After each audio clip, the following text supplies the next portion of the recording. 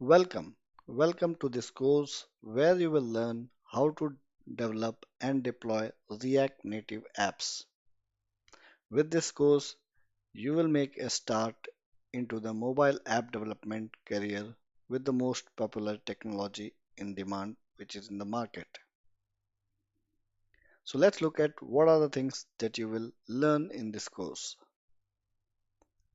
First, we'll start with what is React Native. Then we will do a comparison between React Native and React.js.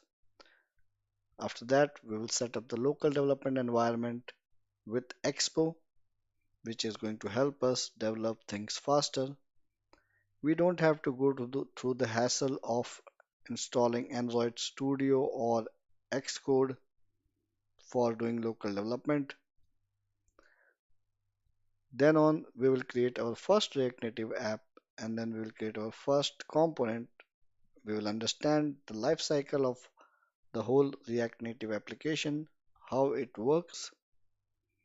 After that, we will look at some of the core components that React Native provides. Then we will move on to styling our components and then what are the do's and don'ts that we should keep in mind while styling our React Native components. Then we will move on to learning about how to debug your app on your real device and also how you to see the logs in console. After that, we will develop a project which will be a task manager application, and in that project we will learn a lot of things like we will learn how to use state variables, how to take user input. Then we will learn how to break down a big application into small reusable logical components and then how to pass data between the components. After that, we will see how to apply loops or do the repetitive work in the component and how to do the rendering for those looping components. Then we will see how to apply conditional rendering or dynamic rendering, which will help us to hide and show certain things based on, our state variables data. We will also learn to do validation, specifically input validation. Then we will move on to see how to work with pop-up models, working with animation, how to use image which is kept in your React Native app, how to access them and show them on the UI. Finally, we will build our Android APK files for preview and production mode so that we can install that in our phone and then we can see for ourselves how is our app behaving. Of course, we will also see how to create a build for production so that you can directly deploy the app to the App Store. And all this we will do without the use of Android APK or Xcode. We will use free software or free service that will help us do this. Next on, we will see how to use navigation and routing in React Native, how to pass data between the components while navigating. We will see how to implement a go back functionality. Then we will do another project which will be a movie app project, and here we will give the user a search box where the user can enter any name of the movie that they want to search, and we will then make a REST API remote call to fetch the matching movies for this search term. Then we'll loop through those data which is fetched from the API and show them on the UI. And we'll also see how to display an image if it is coming as a remote URL. Finally, we will also build an APK file for this and install it on the phone.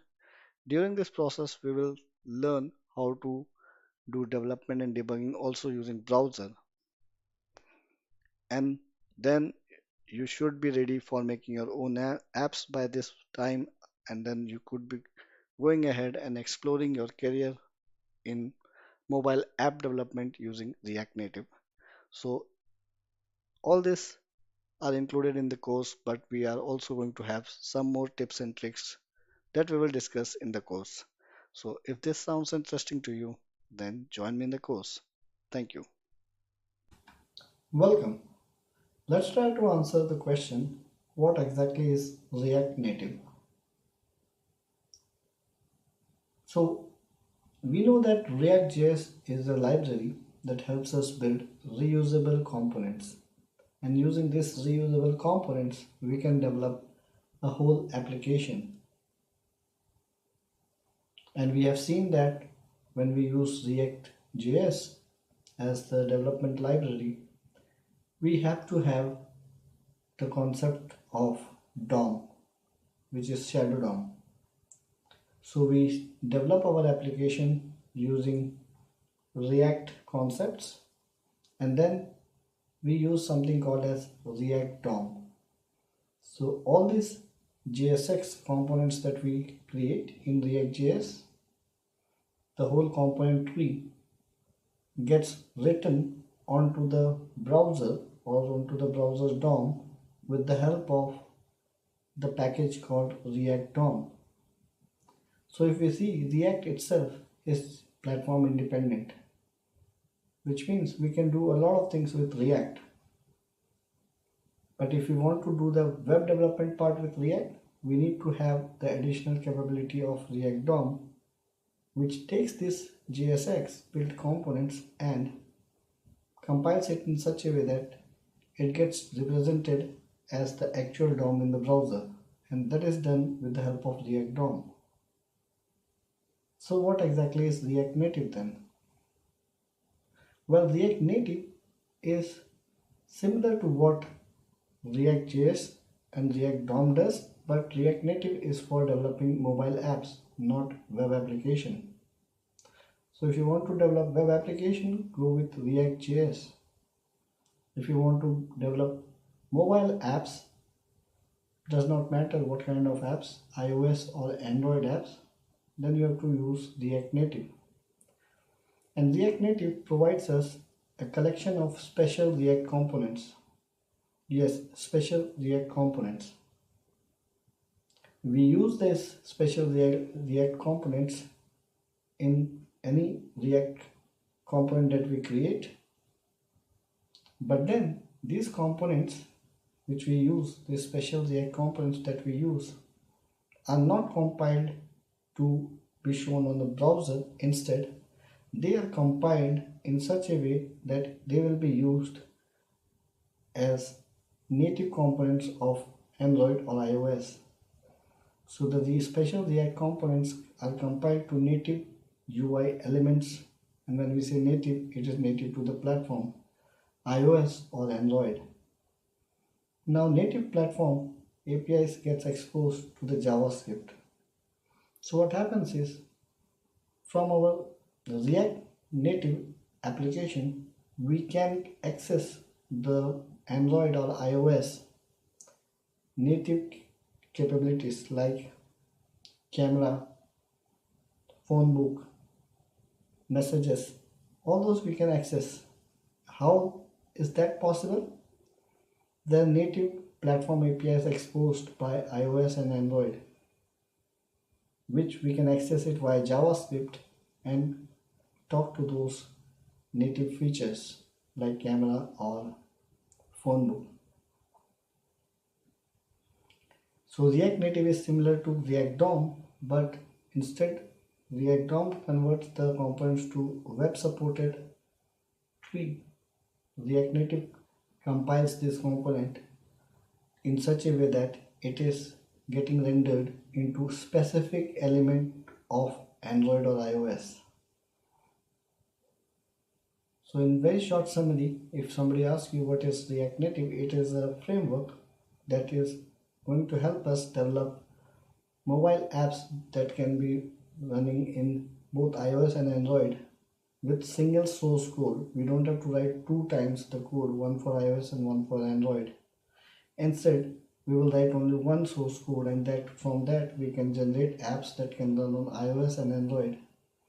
And in React Native, we use special React components that gets compiled to the platform dependent components, and the components show them according to their native view. The platform also exposes the native device capabilities which we can access from the React Native application via JavaScript. So one thing is clear, in order to learn React Native, you must know React.js. That is a must. So in the next video, we will dive a little bit deeper into this whole concept. Thank you. Welcome back. Let's try to understand with this example. So if you see here, this is a regular React component that has been created using ES6, and this is the piece of JSX that is getting returned. But unlike any regular React component where we use div elements, h1 elements, input text elements, or button, here we are not going to use those elements. Instead, we are going to use special React Native provided components that we will use here, and this will get converted or compiled into equivalent Android and iOS based components. And because these components will get converted to iOS or Android understandable components, that's why we cannot use the regular div here. So the view element here that you see is equivalent to what we have in the web version called div. But we cannot write div here because the place where this app will run is not browser, it is an native Android or iOS operating system. So this view tag is going to get converted into the corresponding native Android view component and corresponding native iOS view component.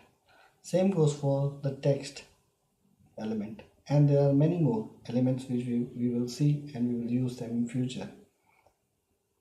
So we cannot use the regular HTML based elements here in the JSX, that is for sure, and we also know the reason why. So here this elements gets compiles to React Native app. So React Native compiles only the React Native based components of JSX to the equivalent platform specific components and does nothing to the JavaScript logic. So let's say here we had some logic like some state variables defined, some hooks mentioned, some API calls being made, and some logic based on those state variables. Those logics will not be compiled. Only this elements will get compiled to native iOS or Android based elements. But the JavaScript, actual JavaScript logic will not be compiled. That gets executed in a different way, which we are going to look in a while. So here, if you see, when we write a React component using JSX, we use div input button, and that gets rendered via React DOM on the browser. But when we write the same thing with React Native JSX, instead of div, we will use view element. Instead of text input, we will use text. Instead of input, we will use text input. Why? Because then React Native will compile this view to Android understandable Android.view element. Same way, this view will get compiled for iOS into UI view, which iOS operating system understands, and it is going to display that according to that particular platform. The React Native based text input special component will get compiled to edit text in Android, which will show us an input box, and in UI text field in iOS, which will again show in a little bit different style of input box in iOS. What happens to the JavaScript logic? So the JavaScript logic that we have written, like the state variables, API calls, those things, those JavaScript, there will be a separate JavaScript thread hosted by React Native in the app itself. And then this the React Native spins up this thread or the process, and it manages the process and allows this process to talk to the underlying native Android or iOS platform via translation bridge, which means the whole logic which we write in the JavaScript gets also executed by the platform, by the Android or iOS, but not directly. Instead, there's a translation bridge which converts the equivalent JavaScript logic into the Android or iOS understandable logic, and then it gets executed. Hence, JavaScript logic does not get compiled. It gets translated by a separate thread which is hosted by React Native in the app. So this is what it happens under the hood when we go and write React Native based apps using this React Native provided elements. So this was it for this video. Thank you. Welcome back. So this is the official website of reactnative.dev, and this is the official website for React.js. So it's clear that to develop React Native mobile apps, you must know React.js. That is mandatory. Now, if we go to the React Native website, you see it says learn once and write anywhere, which means you can write application and then compile them to equivalent Android or iOS. So you just write application once. So the companies will save a lot of money or a lot of effort in case of time. If you compare the time, you don't have to write native Android code or native iOS code. Instead, you write the code once and then you have the app for both the platforms. So with half the people or time or money, the same thing can be achieved. So it's a great thing. So you can read through all these things, what it says about React Native, and this is how you write your components. And you get different special components from the React Native package. So now if we see how all this works, so for that, if you want to get started, we need to go to the development guide. In here, if we come here in the environment setup and click here, there are two ways to get started. One is using Expo Go Quick Start and another is React Native CLI Quick Start. So there are few difference if you go with this or this. So Expo is basically a third party which provides, it's an open source third party. It helps us by providing an environment where we can easily run and test our application. The Expo provides us a managed app development environment, which is very convenient and less hectic to set up the whole environment. And of course, we can anytime if we want, we can go from Expo to the native version. And what exactly is native? Here we have to basically deal with all the setups, like setting up the React Native CLI, download Android Studio, all those bare-bone developments. We have to do all kinds of setup. So it is a little bit time consuming and hectic to set up in this way the development environment. So now Expo also provides us some capabilities using which we can directly in our code talk to the native features of the platform like iOS or Android. The same of course we can do with React Native also, because this, if you go with this, you do a lot of hectic things, but it also gives you some benefit at the end. But if you compare overall, Expo is the best way to get started. And if you want at any time, you can come back to native CLI form. But using Expo, we will develop the whole application and you can easily build the application to iOS based or Android based. run executable file and take them and upload to Play Store. You can do that very easily. So what do we need for local development environment? We need to have Node.js installed first of all. So go to Node.js and download the latest long-term support version and install it. Then go on internet and type strcpy. Go to this first link,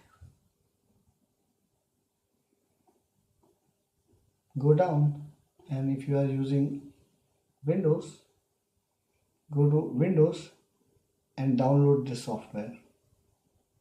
If you are using Mac, use brew install, and for Linux use this way. But as I am using Windows, I have already downloaded this, and keep it in a place where you want to keep and extract that folder. So what a screen copy will do is it will help us mirror our mobile phone onto the screen, onto your laptop screen. And with Expo, we will be able to run our application, or everything that we will do in our Visual Studio Code editor. So you should also download the Visual Studio Code editor for development purpose. So go here, download the latest Visual Studio Code editor for your platform and install that. So we will not install Android Studio, we will just install this code editor. We will and then with the help of Expo, we will set up the React Native application. After that, when we will start the application like this, it's going to give us a barcode or QR code. So go to Play Store, Google Play Store, and in the Google Play Store, search for application that is called Expo Go. So the Expo Go application, you search it and install it on your phone.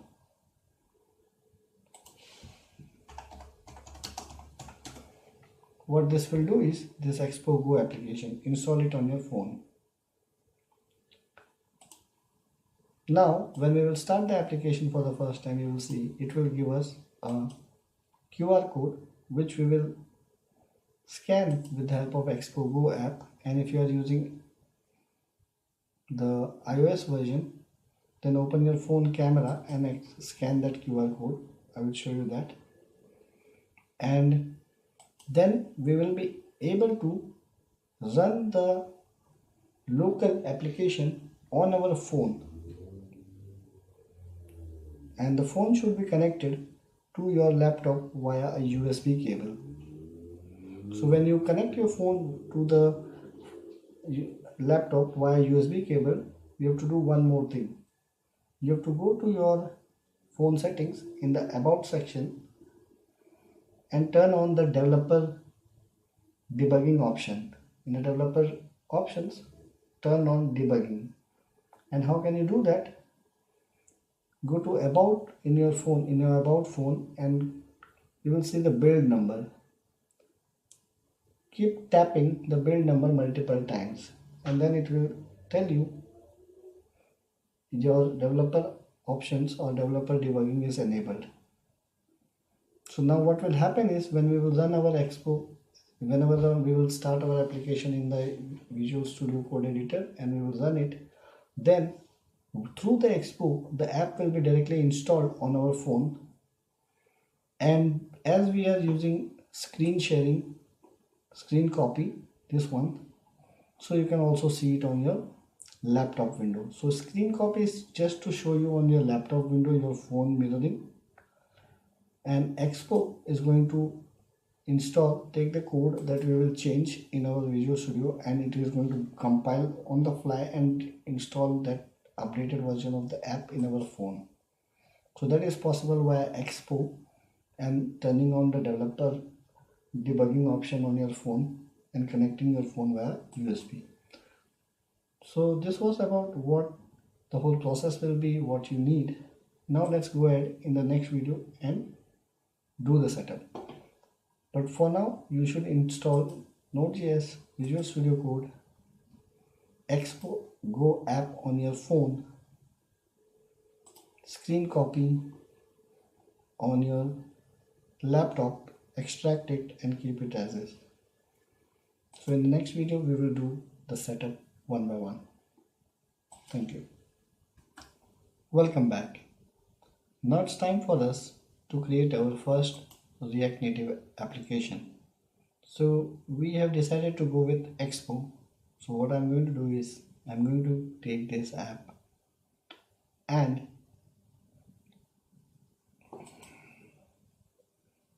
I'm going to run this command. So let's go to your folder. So create a folder where you would like to keep the code. And here I'm going to say cmd.exe. And what I'm going to do is I'm going to run the command npx create-expo-app and give the name to the app. So we'll say npx create-expo-app.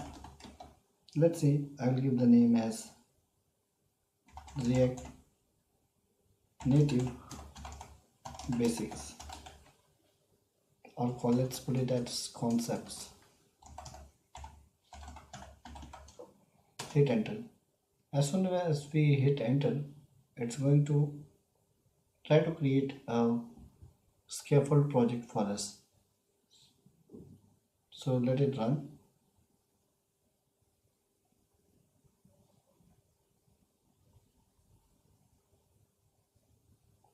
It can take some time.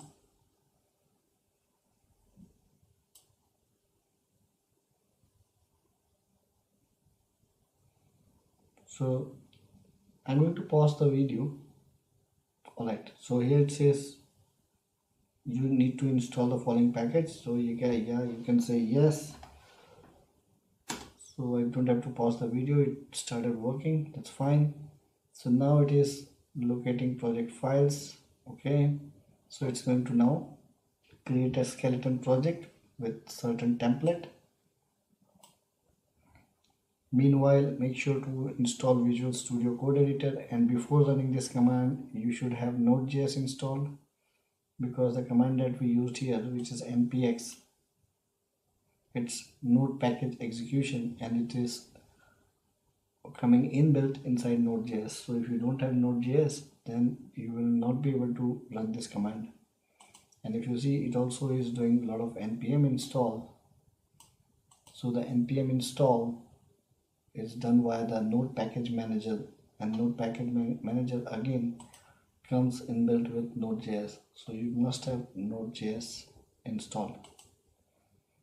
And in short, Node.js is basically that helps us to have a runtime environment to run JavaScript related projects in the server like on our computer.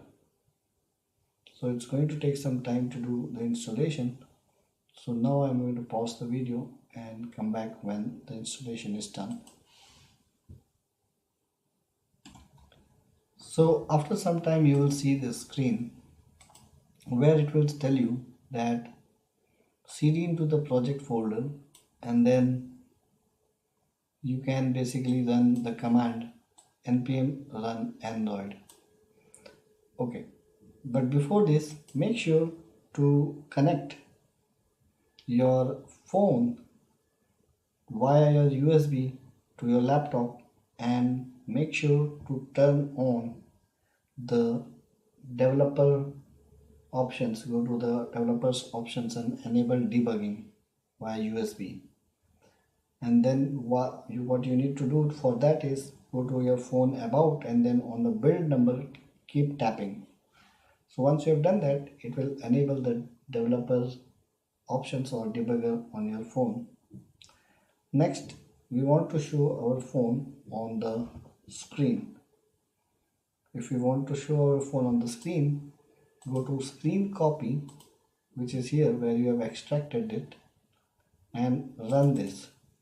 As soon as you run this, your phone will now be shown on your laptop screen. So minimize this, don't close that, and now we will go back to our editor, and what we will do is we will run this command.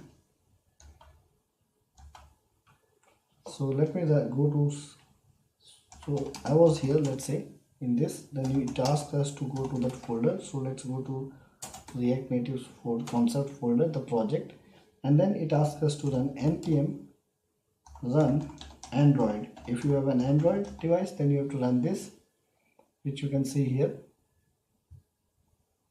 If you have iOS, you run this. If you just want to run it on your browser, you run npm run web. But we will run it on npm run Android. Hit enter.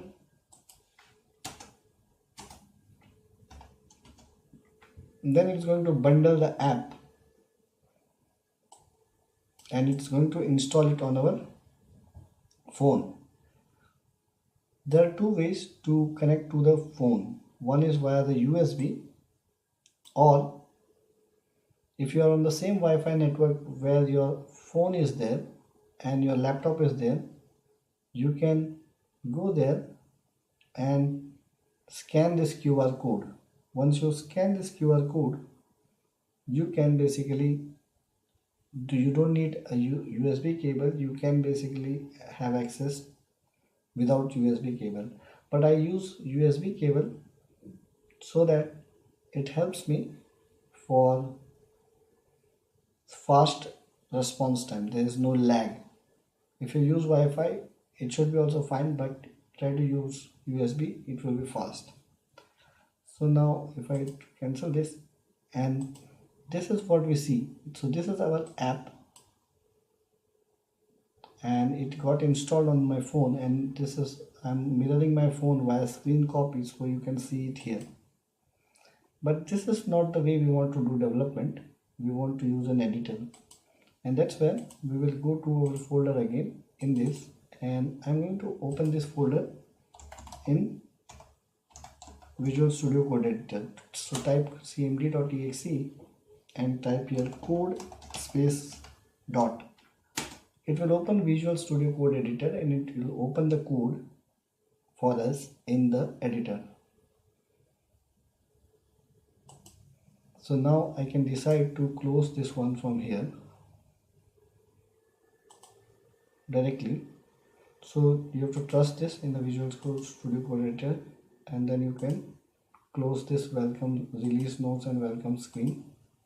And what we can do is we can close this, and now we can go here in the terminal. Here we can say new terminal, and from here we can run the same command, which is npm run Android. You can run React Native application on the browser also, you can do the development, but when you are doing development on the browser, you will not have the capability or access to the native features like camera or those things. So for that, we should do the development on a device. You could also decide to use an emulator, which means you install the Android Studio and create an emulator, and then instead of connecting phone via USB or Wi-Fi, you can use the emulator via the Expo app. But again, emulator is heavy and it takes a lot of time for build. I don't prefer that, so I'm going with the phone npm run Android. So the same thing will start from here, and then on our phone we will see the app. So it's running the Metro bundler. We are on the same Wi-Fi. So here it says it opens the Expo app. Either I can enter the URL manually, or I can also scan it by QR code, but it was connected by USB, so it automatically opened it for me. Now if we open the app.js file, this is where we see our code, which is printed here.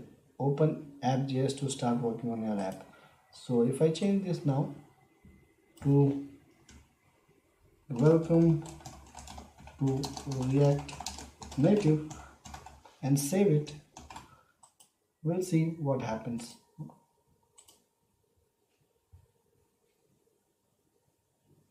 So it should automatically compile. So here we have to press R to reload the app. So press R, it will reload the app here, and we will see it will print welcome to React Native now.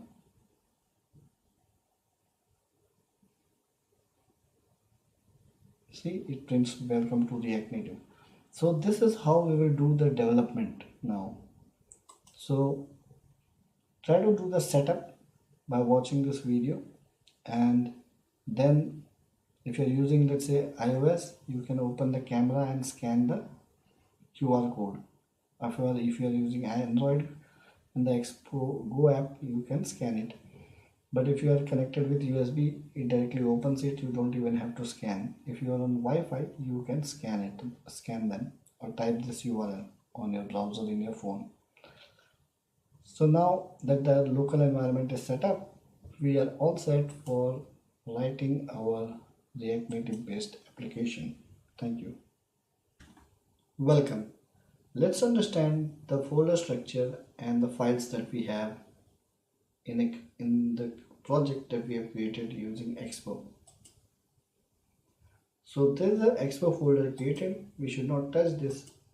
It's used by Expo. Then we have assets folder. In this assets folder, we will put a lot of things as we progress through the course. Mostly it has images and those kind of icons and things like that. Then we have node modules, where we have all the dependencies. 𝐤𝐞𝐬𝐭 is the file which says what should not be committed to the GitHub. Then we have the app.js file. I'm going to come back to this, but let's go to the package.json. So package.json is the file of configuration. Here we have the application name, the version, and the main entry of the app. It has some scripts with which we can run. So we have been running so far npm run Android, and it is running this. So if you run web or iOS, it's going to run this script for us. In dependencies, we have Expo. Remember, Expo is a tool, but also it's a library. It provides us lots of utility functions that we can use in our React application to talk to the native features of Android and iOS. And then we have React and React Native. Babel is added as a dev dependency to transpile our code into the understandable platform. Babel configuration provides that configuration to transpile the code from one platform to another. Then we have app.json. This is an important file which we will need to set up certain things about our app, like name, slug, version, icon, background color, all these things before we want to build and compile the app to release it onto Play Store. So this file will be read by Expo when we want to release our app, and it will take all the configuration from this file. Now let's go to app.js file. Unlike any React component, you see this is also a component which returns a piece of JSX. But this JSX uses some special elements or tags like view, text, status bar, and these are coming from React Native. And we have already discussed this, that this gets compiled into the iOS based component of view or text, or Android based component of view or text. We also see something like this, which is going to help us in applying styling to our components. Style sheet is an object with which we can create and the styling objects or elements that we can apply to our elements or the views. So we are going to talk about the styling in detail in upcoming video. why we have to write style in this way? Why not with writing a separate file, writing the class and then accessing it as a class?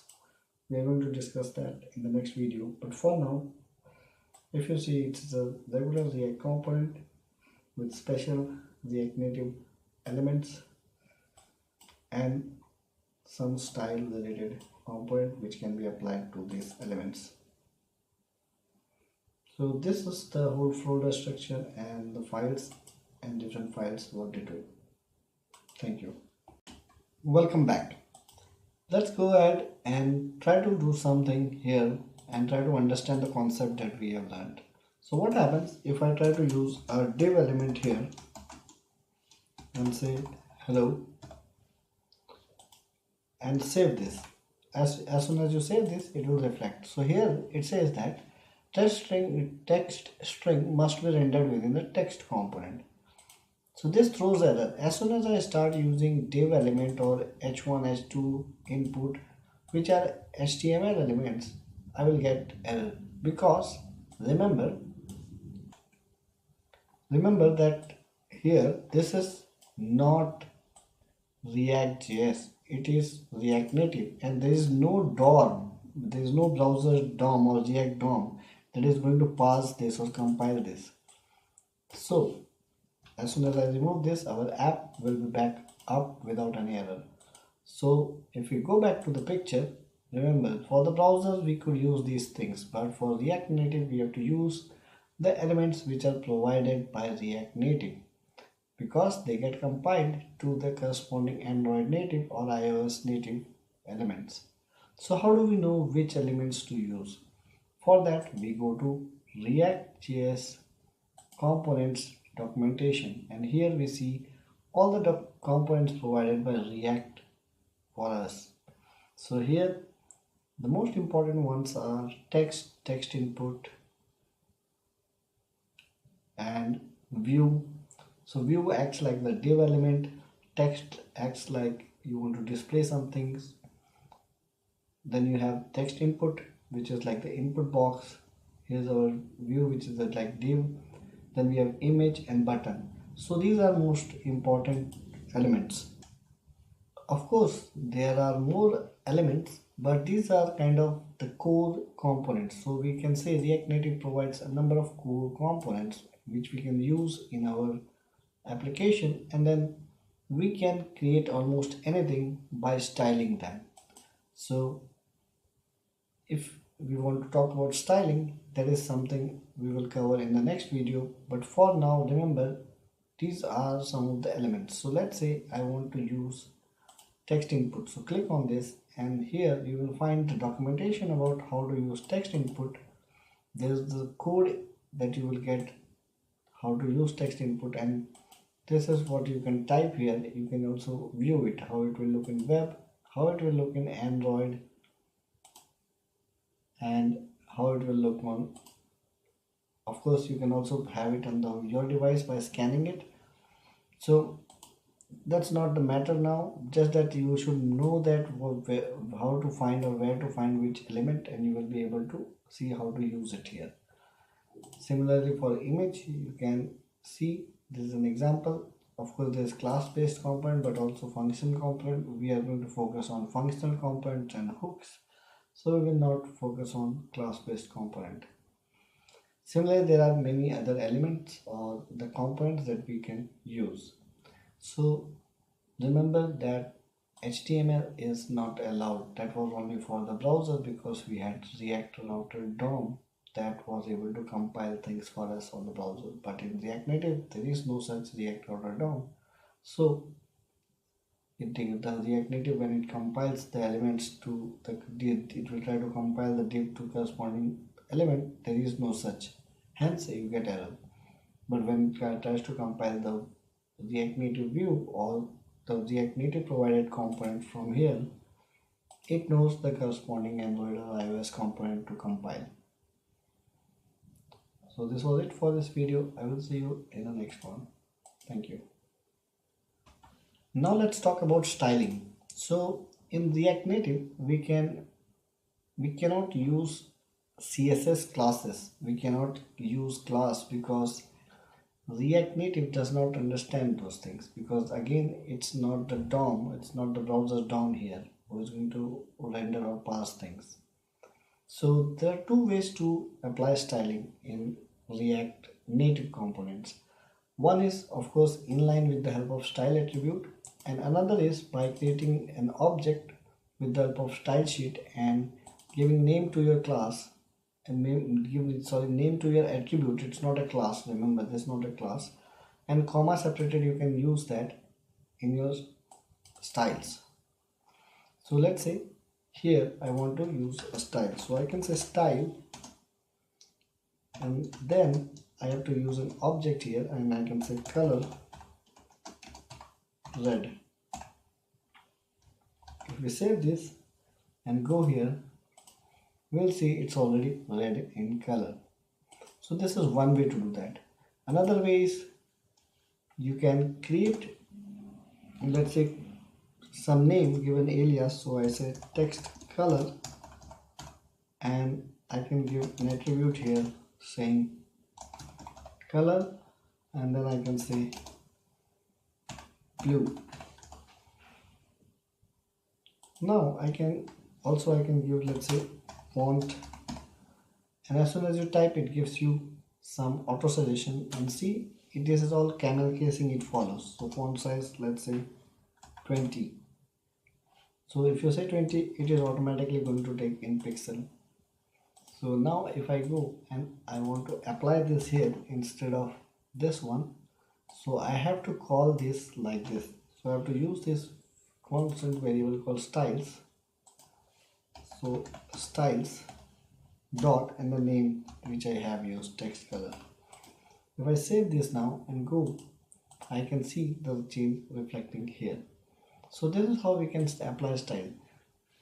Remember that this is not actually the CSS, it's a subset of CSS, which means that we cannot apply everything as is, but whatever we have we could easily apply by following these steps. So instead of applying inline styling, it's better to create style sheet object, and then in that object continue to create aliases for your styling and start applying them on the elements. That's a good approach to do that. Next is, if we want to have more styling, we could continue to do this. And one thing we should always keep in mind that we are writing styling also in the JavaScript. You see this is a file with the name .js. So internally React Native converts this styling into the native element look and feel. So we have to remember that this is also not purely CSS, but it's a subset of CSS. Alright, now if we go, we see that this is our element. What happens if I get rid of this? Save it and you see what will happen now. There was a white color now on the status bar, that is gone, and now you can see everything here. So this was about the status or the safe area that we can save. We will look into that later in more detail, but this is what it does. If you have that, the application goes to the top level and this becomes part of the application. This application can go and also cover this part. So this was about how you can apply styling to your React Native application. Thank you. Let's explore how to use these components. So for now I will get rid of this, and remember that if we want to use anything like this, it should be wrapped around text. So let's say I want to do something like this, React Native course, and if I try to save this, what happens? Let's see. We get an error here saying that the text string must be rendered within a text component.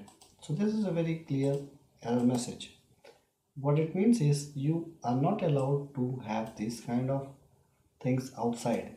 Of course in div you could write this, but not in React Native.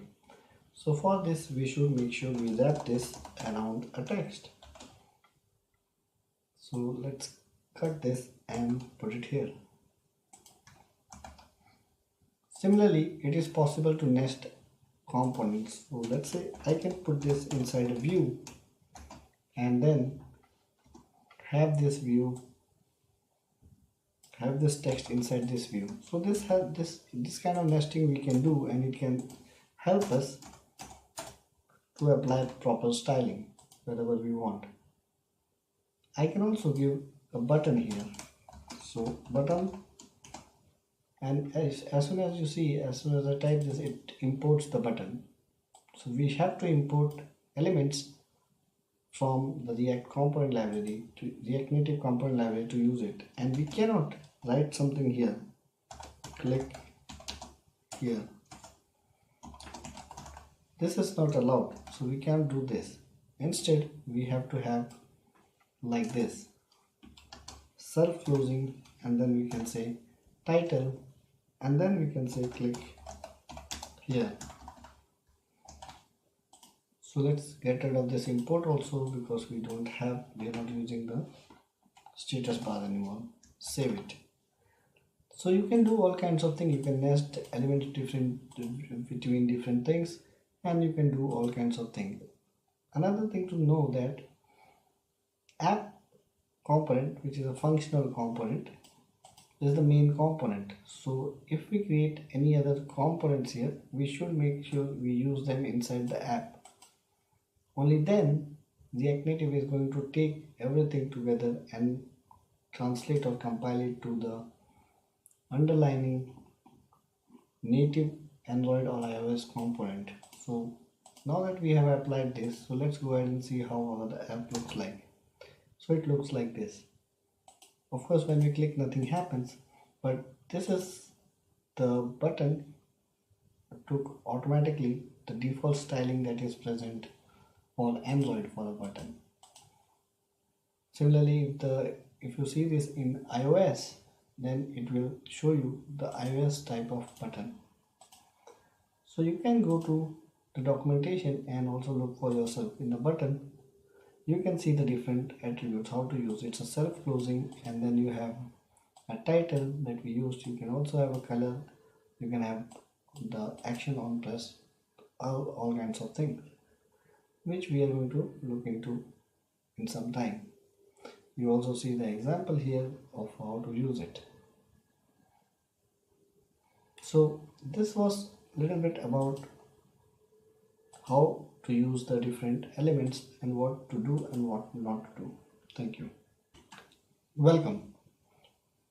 Let's explore a little bit about styling.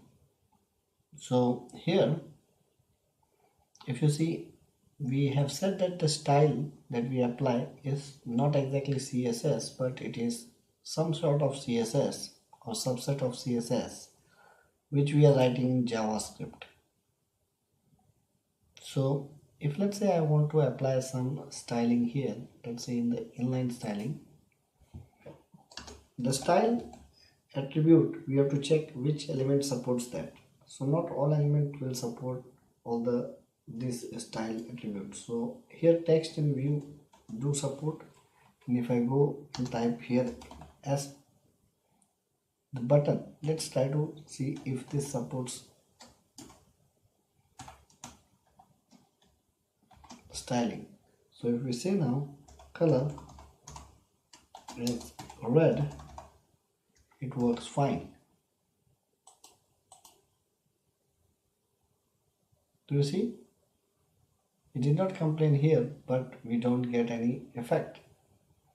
So if I say font size, let's say 22, if we see this, it does not affect, because not all properties is supporting the style. So we need to get rid of it, and then if we type here style, you see now it gives question mark, which means this supports style. So here if I say like this, and now if I say let's say margin, so I can give some margins. So I can say margin bottom, top, everything is here. So you just type, you see different types of margin. So I can say margin bottom, and we should give this in, let's say I will say 20. This should be a number. Let's say I want to apply a border, so I will say border. Usually in CSS we say 1px solid red, but here if we try to do that we get an error.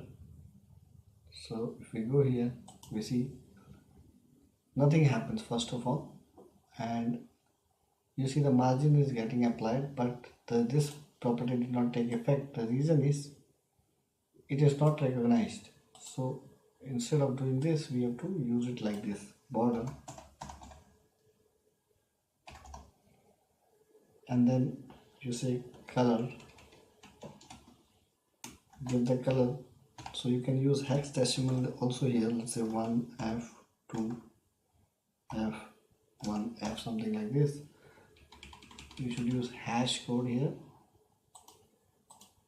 You can also use RGB format. So if I save this one now, there should be a border, and now I should give border width,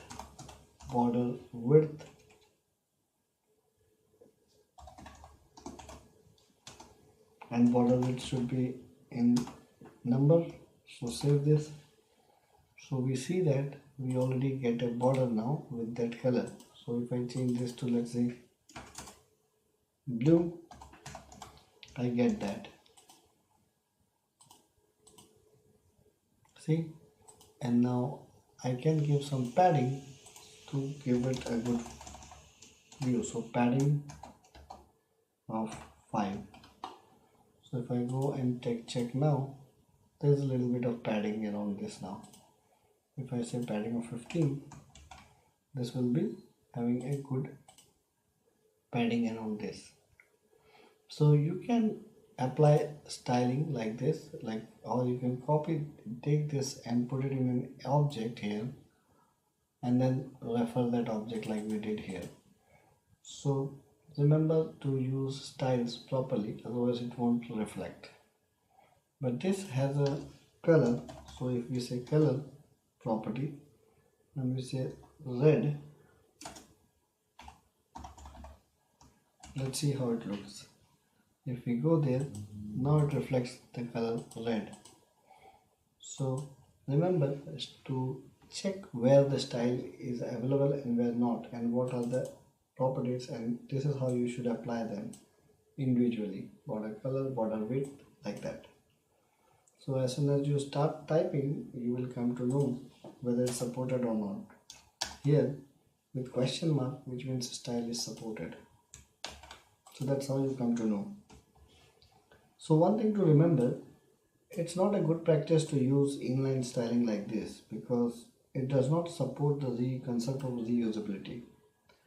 So always try to declare them as style sheet object like this. This is an object. You can use this. This is another object. So declare another name here and give that name an object, and then copy paste this particular inline styling there and refer it via styles.object name, like we have done it styles.textcolor. So that by that way you can reuse that object. Let's say now I can reuse this object in any other place, so it increases reusability. So that's how you should use the style. So that's the best practice, and you should always try to follow the documentation to see different things about a component. So this was about how to use styling and the best practices around styling. In the next video we are going to look at the layouts, how to design layouts with the help of styling. Welcome back.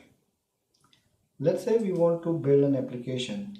For example, we want to build a task manager application where we can add tasks, and then all the tasks should be displayed in the list. So let's go ahead and try to build that. So we have to first build the layout for it. So what I'm going to do, I'm going to get rid of everything and we will start from scratch. So what I will do is here I will also get rid of all these things to start fresh. Now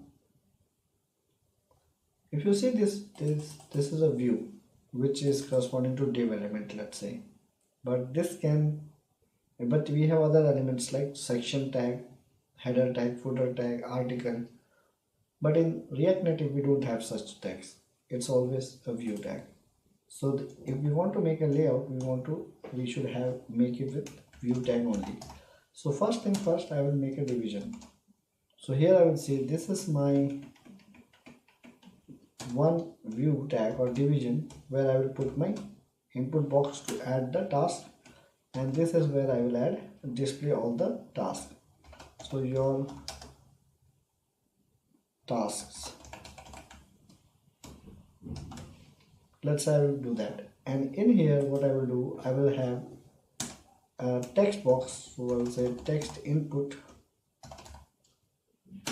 As soon as I hit this, it also imports it automatically, and this has a placeholder. So I will say add or enter task detail. Then I will close this, and then I will have a button, and I will have the title as add task. So if we check our app, we will get an error now. The reason is this text is not wrapped in text. So we know that as a rule of thumb, we have to have a text here and then add the items there. So if we save it and let's check how it looks. So here we see everything looks a bit messy. Although we can type things here, but it doesn't look that great. So what we will do is, first thing, let's try to push this whole thing, or let's have a padding around the whole container. So let's create a class here as main container.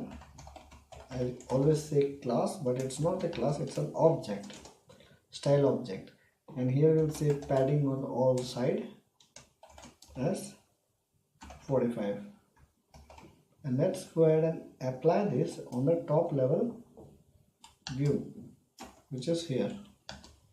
So we'll say style equal to, and then we call the styles, control Z, styles dot main container. Save it and let's go and see how it looks now. So this looks much better,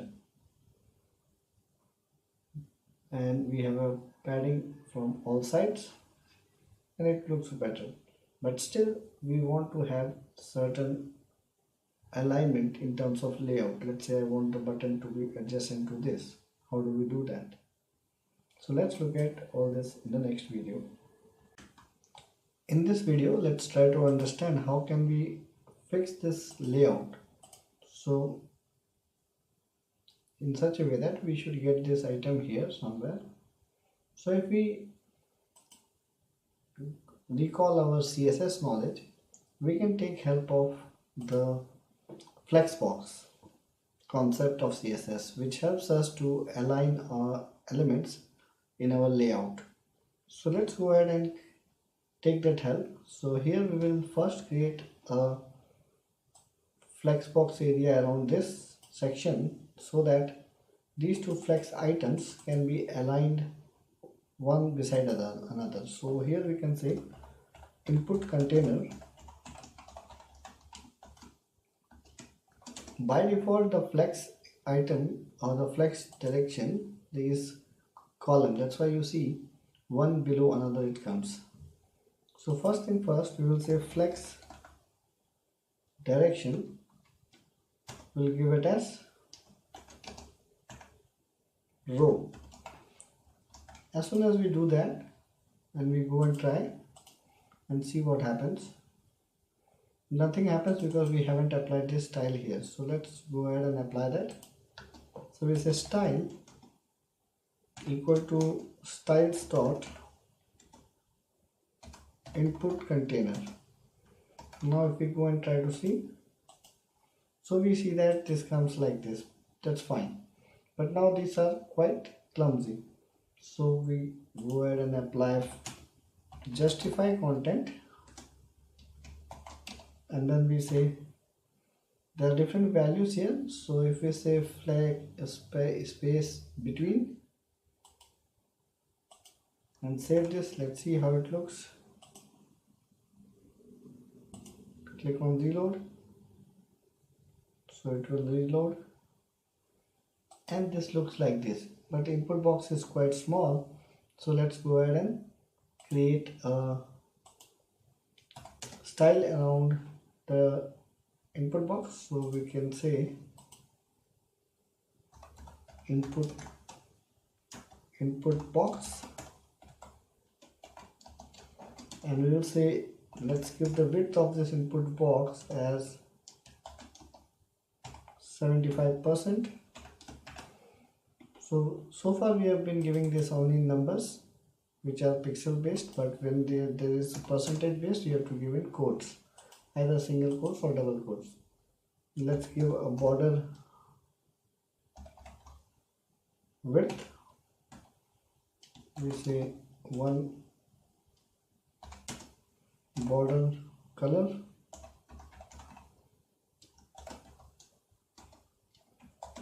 let's say hash CCC, save it. Let's see. So we see there is no border color, so maybe we have to make this as, and now if you see that, again there is a very light border type, but let's check. But before that we have to first apply this. We are formatting that, don't forget. Style equal to styles dot, and remember this placeholder text is same as like the input box placeholder text. So now we see that there is a good gap. So now in this input box, let's add some padding, because if you see the enter is stuck here. So we say padding of 5. So now there is a good gap. Next, this one is quite stuck, so we will say input container, which is this one, but we want a margin of this, so we'll say margin right of 3, and there is a small margin. Now we can also say it as 5. So this looks better. So slowly we are getting there. So now if we check this section here, there's a lot of space from here and this side. So we can fix that. Instead of giving padding all side, we will just say padding top, and then we say 45, and then on the x-axis, which is padding horizontal, we'll say 15 px, and then if we check the result now, so this looks much better now. Perfect. Now if we see that this text of the button is slightly at the top, not centered align, so we know that in button there is no style property supported. don't look at this one. When we say style, it should suggest with this kind of question mark at the end and this kind of icon. So style button does not support style attribute. Let's look at documentation also. If we click on button, we see that there is no style attribute. These are the other attributes but no style attributes.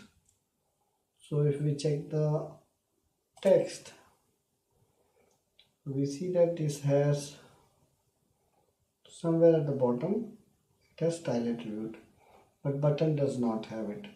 So how to fix this problem? That we want to make this horizontally center aligned. So we can do this in a different way. Now that our input container, which is this one, is a flex box, so we have said justify content, and then we have said these to be taking equal space between them. But what about vertical? So let's go ahead and say align items. That will work for vertical alignment, and we say align items as center. If we look at now,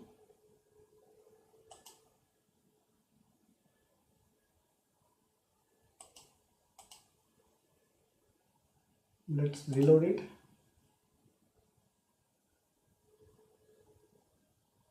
So now we see add task is center aligned. So this is how you can fix this kind of problems. So now let's say if we want to make this as this text box as, let's say, some rounded shape from the corner instead of sharp. So we can use our regular CSS property on the input box like border radius, and we can have, let's say, radius as 12. So let's see how it looks. So we see it looks like this, 12, maybe make it 15.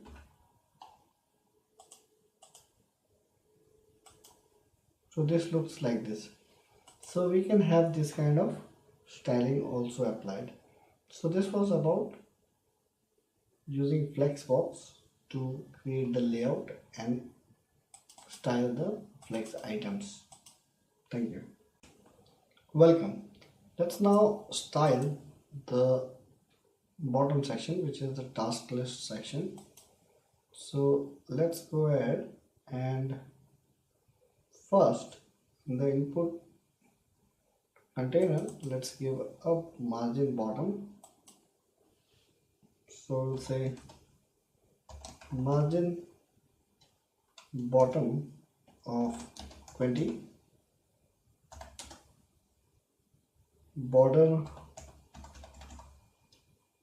bottom color as hash ccc, and border bottom width as 1px. So let's see how it looks. Reload, click dismiss. Let's see what is happening. Where is the border bottom color?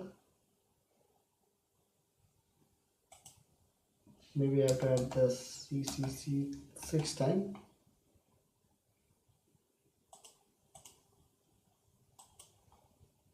So here if you see margin bottom border bottom width, that is 1, that is correct.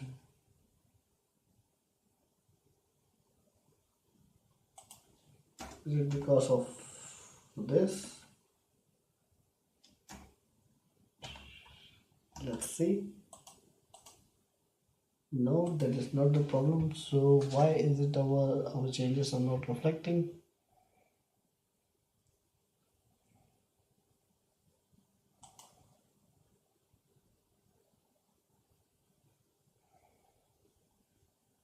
Let's try to restart the application once. Control C. Restart. Sometimes it happens that we might have to restart the application.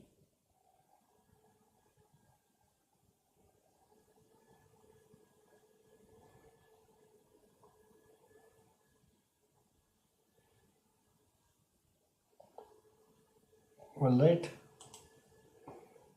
let's go to the app. Okay, so one thing is for sure that we are missing out one thing, that we ask this element to take the whole space, available space. So for that, first I will say flex as 1 so that it takes the whole space. Let's save and see the effect.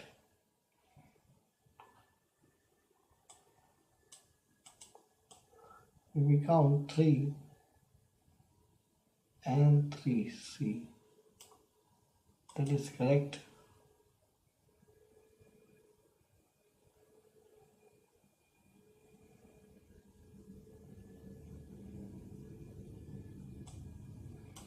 Maybe I will give it here and change this to red for now to see the effect.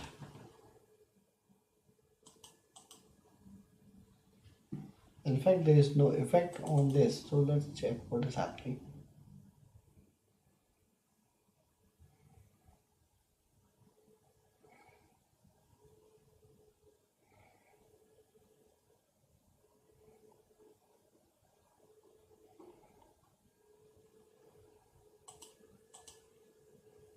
Ideally we should see a border here, so 4.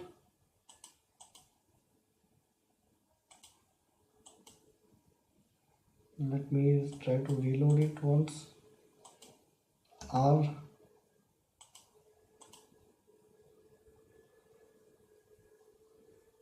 It will try to reload now. Alright, perfect. So there is our border. It was not reloading. Perfect. So now, yes, so it appears. So we can say 1 and we can say this is the color. Sometimes it does not reload, so try to restart and reload once. So here we have our border in this. Okay, so now what we said is this flex box, this will take one part. So from here we are saying this will take one part, and let's say this will take 5 parts, but let's give this one as take 100%. So for the top one, let's add flex as 1. So the top part will take 100%, this one, which means now this main container is taking 100%. How do I say that? If I apply the background color of, you can also apply this, let's say blue, you will see it taking this much space, but now these two are at the bottom. So blue is to sky blue, or maybe orange, just to show you.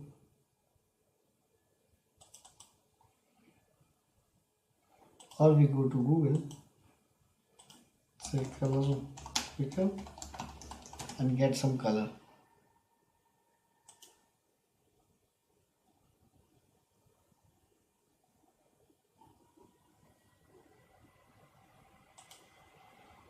So if we take this color and try to apply,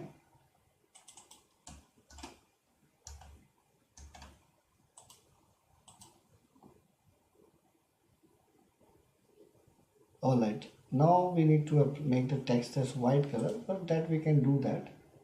So here in the input we can say color as FFF. Same for input box, we can say color as FFF. So it's trying to reload, but I think this is too dark, so we will get rid of this color for now, and we will try to use some light color from the color picker. So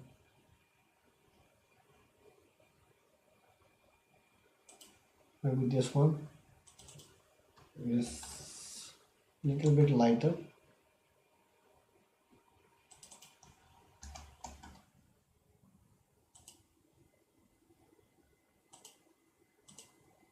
This is better,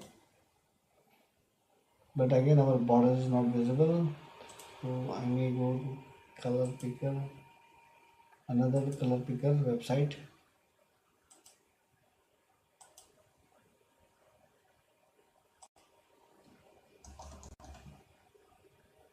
Color picker.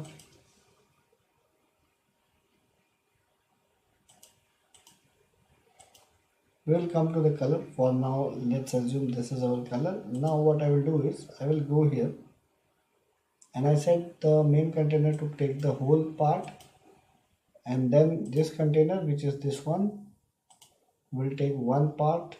Let's create another container for task list, and here we say text flex as 5 part,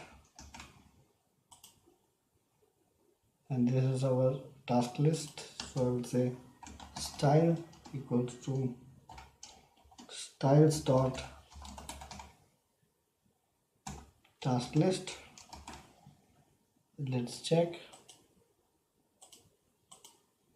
So now this is our this section. So more or less it looks fine now, or just that I would like to change the color.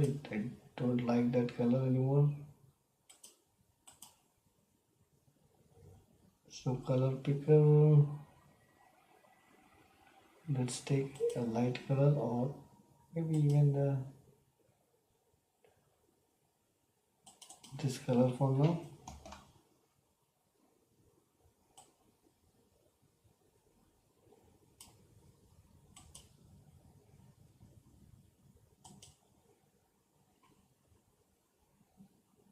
This color is fine.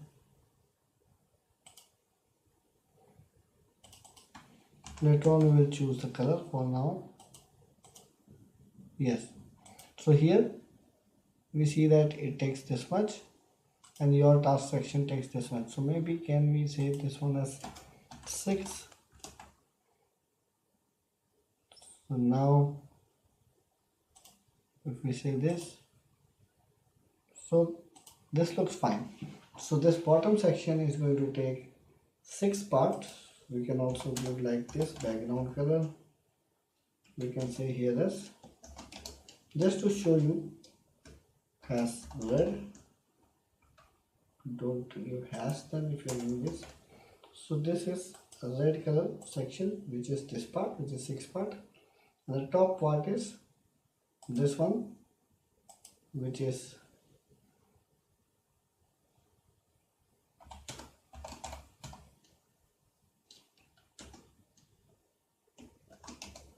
background color as green. Ignore the colors for now. I just want to show you what does it mean when you say flex 1, and then in that you are dividing the 2 more childs. So this 1 means it takes the whole space, and then when you said 1 part and 6 parts, so total 7 parts is divided like this. So this is how you use the flex and divide the sections.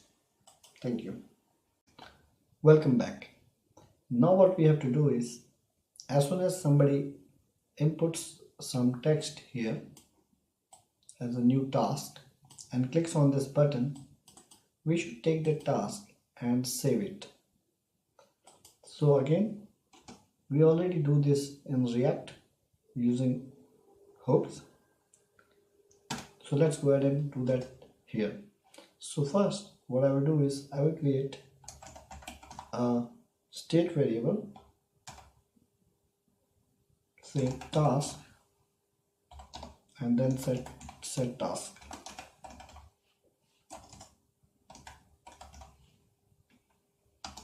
And use the use state hook from React, and this we know is going to, this task will be just a string.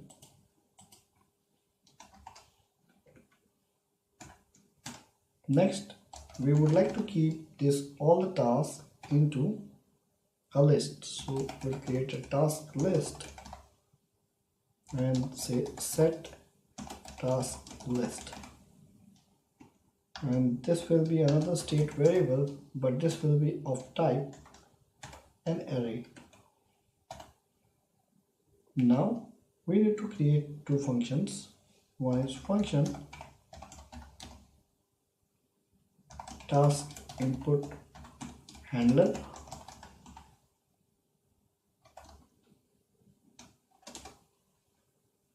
and this will get as an input task whatever the user has entered, we will get it, and this we will go ahead and set in set task state variable via the set task function. So let's set that. Perfect. Next is we would like to add as soon as the button is, so this we will call from the input box, but as soon as the button is clicked, we would also like to add this new task to the existing list of tasks. For that, we will create another function, add new task, and what we will do is we will use the arrow function and the spread operator to set the new task in our current list. So this is our current list, so I will copy this, and this current list will take a function which will be an arrow function, and then this arrow function will take an array. So first of all, in this arrow function we will get current task list. This is what we will get, and this current task list will be passed to the arrow function. So we will have that, so we will do a spread operator on it, so dot dot dot, and then we will add our own new task, which is this one.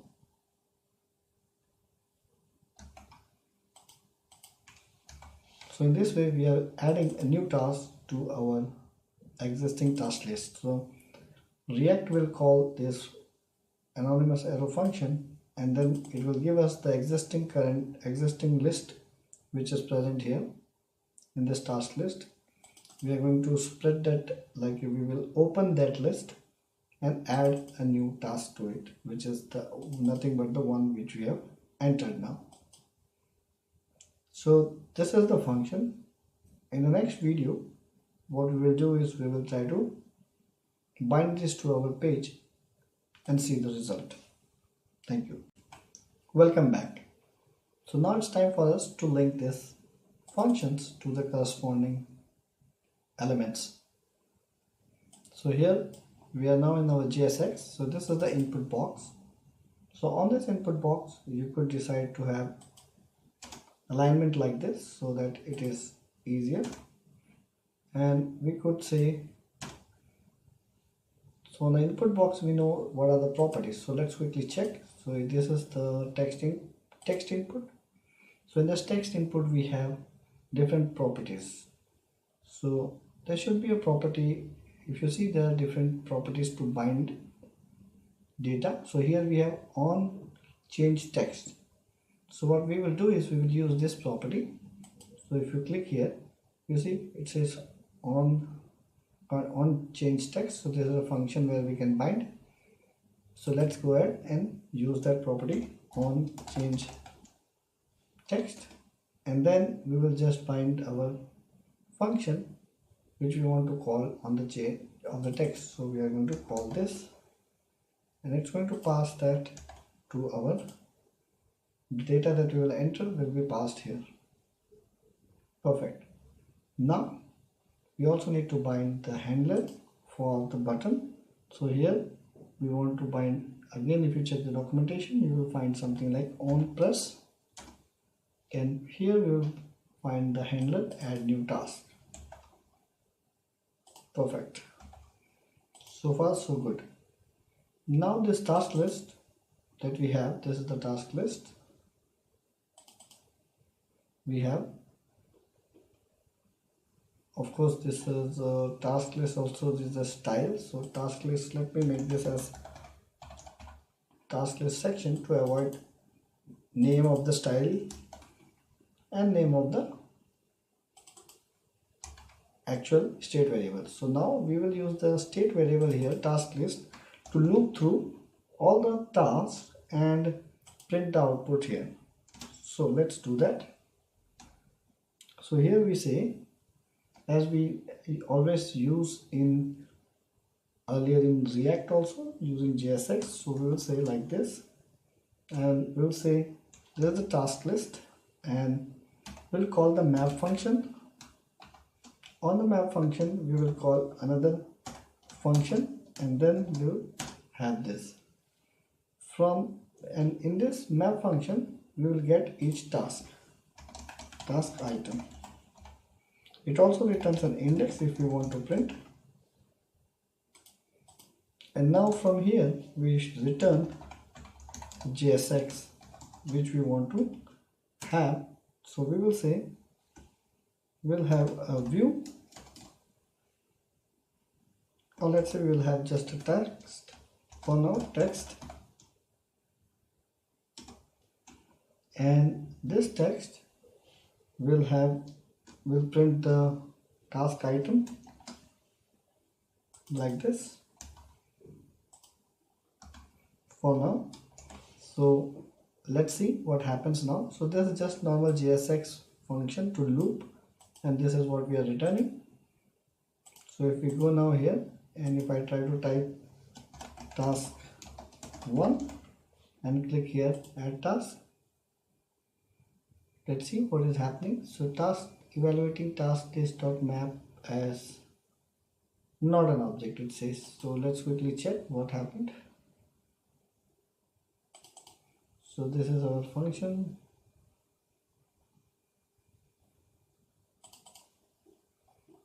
Let's check. So we have the task list.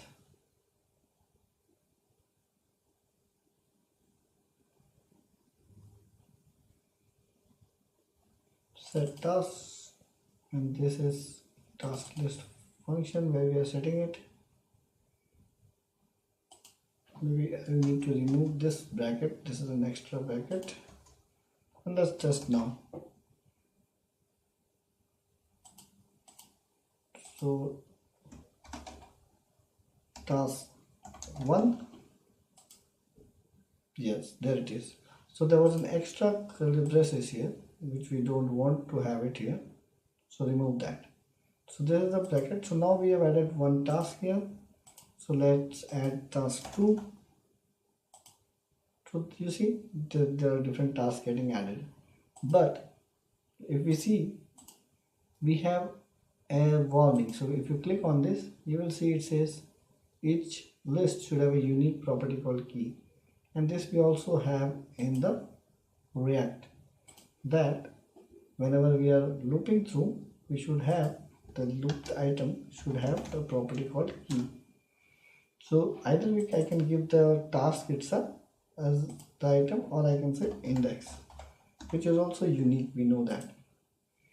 So now if I go and try to add another task, task 3, we won't get that warning. So now we see we are able to enter task and add it to a task list. But this is not looking that great, so we should do some styling around this to make it look better. So let's do that in the next video. Thank you. Welcome back. Now let's go ahead and style our this section, which is the list section. So we are going to go back to, let's go ahead and wrap this first in a view tag, because why it is important to wrap it with a view tag is that sometimes some styles that we apply may get applied to iOS but not on Android, and maybe sometimes it gets applied to Android but not on iOS if you apply styles on text, because the way the text gets rendered in iOS may be different than the Android. Hence, in terms of styling, try to wrap it with the view. So now let's go ahead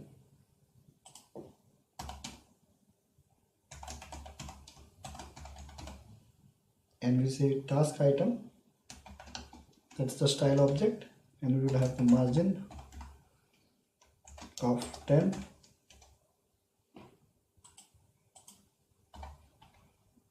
we'll have the padding of 10,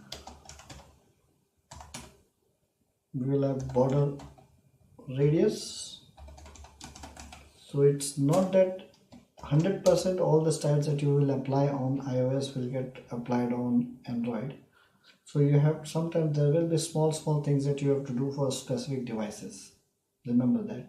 So it's always important that you are, when you are developing, you should test your application in both kinds of devices when you are developing a production application. So let's do this as 10, and we'll have a background color. Let's give the color style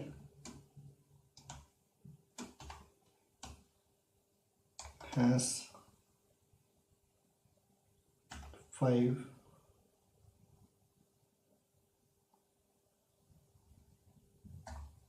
F1 AC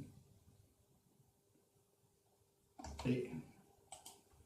Let's take this task item. You can give any styling, a color there, that doesn't matter, and then let's apply the style here. So we'll say style equal to styles dot. Let's check how it looks. So it looks like this. That's fine, but then you see this text is not that great, and the margin and padding a little bit more here between them, but for now that's okay. But the text color is not white, so let's make the text color as white. So we say color as hash FFFFFF. Let's check. So you see it did not reflect. Even though we have applied the task item, we are applying the task item style. Let's make this a style to avoid confusion. Task item style.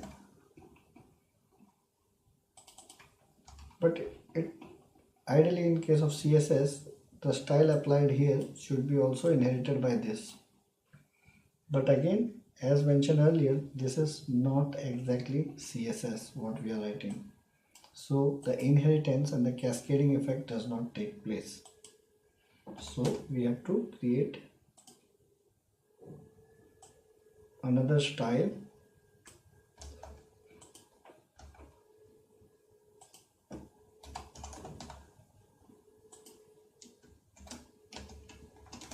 on the, we have to apply this on the text element directly, then it will reflect, because this is not pure CSS, hence the cascading style sheet, the cascading effect will not happen.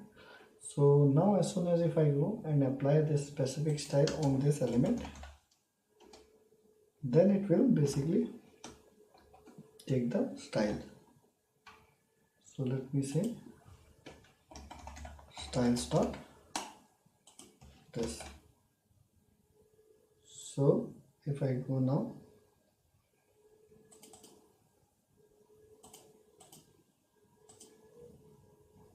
so let's say I will say task 1. So you see now it's white color.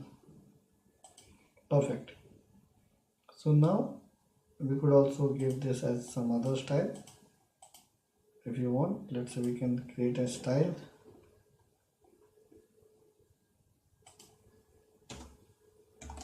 task overview title,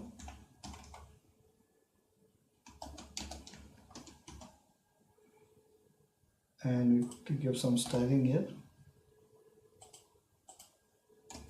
We could say font size 22, font family. Let's see what we have. We could have a different font family, but for now let's say font size and font weight. Font weight, say bold. Now let's apply this.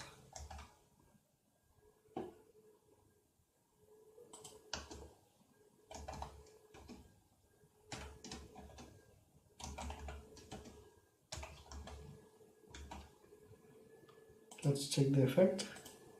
So here it says your task, and this task 1, task 2, like that there will be multiple tasks. So I say task 2. So there is task 2. Of course there is a lot of margin between them, so I will reduce this to 6. So now if we go and see, it looks good. That's good. If we want numbering also, we can already have, because we already are printing the index. So here I can take the index, place it here and put this, and index starts from 0, so I will have index plus 1, and that's how you can also have numbering to your task 1, 2, and like this. So this was about some styling. We'll continue in the next video. Thank you. Welcome back. Now let's go ahead and try to see what happens if we add more elements. So I can say, let's say 1, I can just change to this, and 2, 3, 4, 5, 6. Let me just keep on adding 7, 8, maybe 9. And now let's go ahead and see what happens. So if you see, this is 8 and there's also 9, but now 9 is hidden. Let's say if I add maybe 10, 11, 12, 13, 14. Now all those will be hidden. There is nothing that I can scroll. So I'm not able to scroll my data. If it was a browser, we could have easily scrolled. The reason why we are not able to scroll is this part of this page is under a view which is non-scrollable, and that's why you see this problem. So how do we solve this problem? So if we go to this component, which is a core component, and click on scroll view, you will see that this scroll view tag helps us scroll the content which is inside that. So if you see this, so this is a scroll view, and whatever is inside this, you can now scroll them. It allows you to do that. So what we will do is, we'll go to our component here, and take this content, and we can type scroll view, hit enter, it will get imported, and we paste our content inside that, the text. And if we now go and try to scroll, let's see why it's not working, but ideally it should. Let's reload, press, click on this,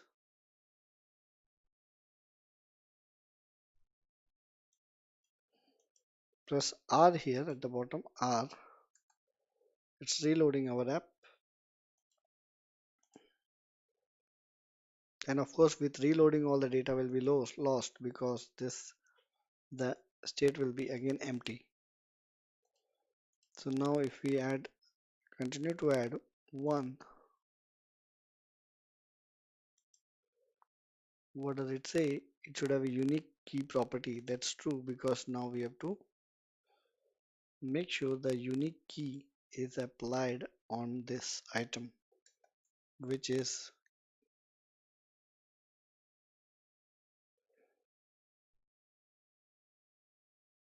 so this is our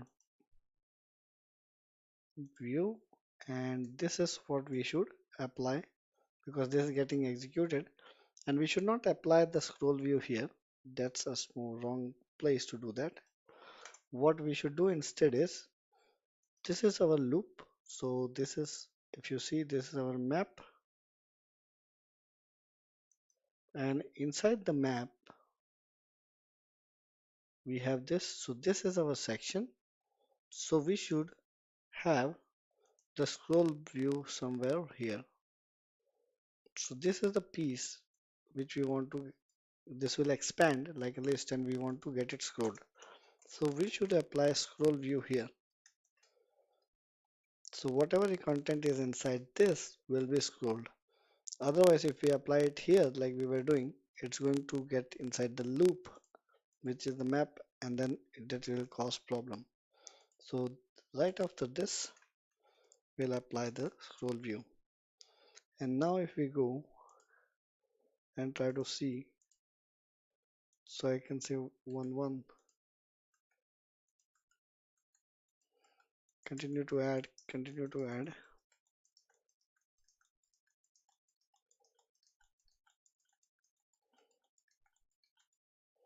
Let's see now if we get a scroll. See, if we now check, we get a scroll only in this section, and there is no scroll on the top part, because this is the section which we have asked to scroll, which is here. The scroll view is this part, not even the text, your text part, which is this one. This is also outside this scroll view, because only this section makes sense to put inside scroll views. So this is how you can make something scrollable. So this is not enabled by default in the browser, like in the browser, because in the web browser you by default get a scroll bar if the content is more.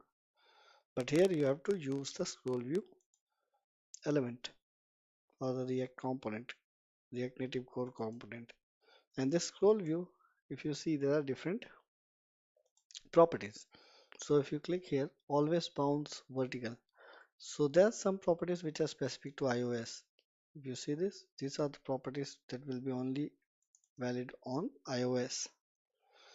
Similarly, you have to keep things in mind and check what is, so this is applicable for both. This is only for iOS. So when you are using, say, let's say center content, like here, content container. So content container style, content container style, this style will be applied to the scroll view content which wraps all your child views. This is applicable to both, but this one is only for iOS. So you can check some things you need to do maybe for special for iOS app sometimes, or maybe it will be also sometimes you have to do something special for Android apps. So it's always good to come and check the documentation of the element to have a better understanding what works for which kind of device and what are the small tweaks that you have to do for the other device to make it work well. So this is about scroll view, how you can make something scrollable. Thank you. Welcome back. Now we have used scroll view. That's a good thing. So if we now see, the scroll view is good unless we have less number of items. Let's say in, let's say 100 or 50 like that. Or maybe it's a small article that somebody is reading and you want to give them a scroll. Because what happens is if there are more number of items, then scroll view will cause performance issue. Why? The reason is scroll view loads everything, all the items that is present inside this list in one shot. So if there are 10,000 list items, it's going to load them in one shot. It will not do lazy loading. So it is definitely going to cause performance issue. So what we want is if there are more items here, like thousands and 10,000s, then we want something that should fetch these items lazily only when the scroll is done. So when the user scrolls it, only then fetch the data of the next ones and then show it here. So that will solve the performance issue. And that we can do with the help of another React Native element called flatlist. So let's go ahead and explore flatlist to see how we can achieve it. The lazy loading with flatlist. Thank you. So let's go ahead and now replace this with scroll view with flatlist so that we will not have performance issue. So what I'm going to do is I'm going to comment this piece of code and go ahead with flatlist implementation. So here, this is how you comment it. It's same as React doing the multi-line comment. Now what I will do is we will have the flatlist here and we will have a self-closing flatlist. And what I'm going to do is I'm going to add the elements from below. So the flatlist has a property called data, and this is what it takes the task list. So the item or the data that we want to loop, we have to give that list here. Number one. Next, it gives us a function called render item, which takes a callback function.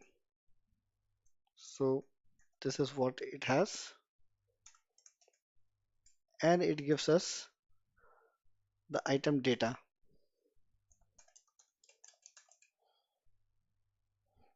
Now, from here, we need to return a JSX, which was nothing but what we were printing here.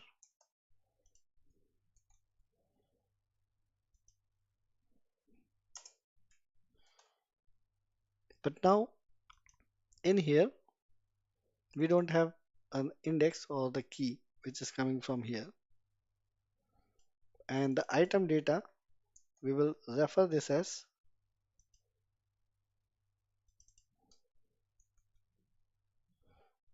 item data dot item.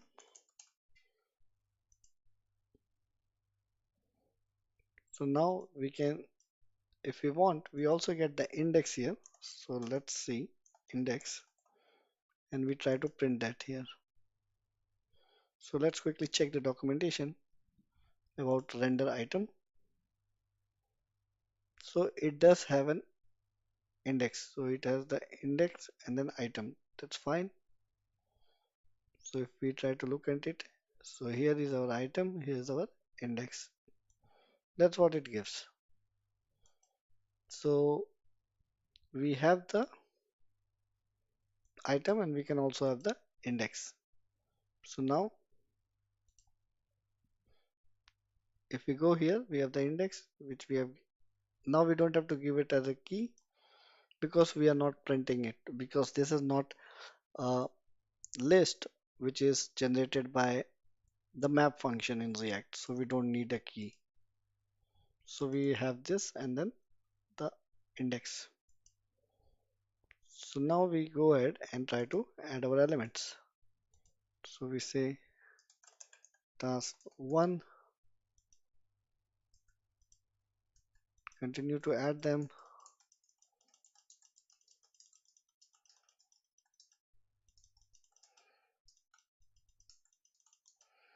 Let's see, let's try to scroll. If we scroll, everything works fine. Perfect. But you see, this index is NaN. Why? Let's quickly check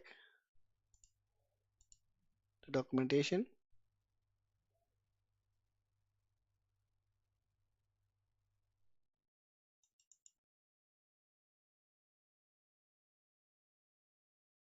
Yeah, so the index is not a number. That's what it says. So if we try to remove this and try to print it,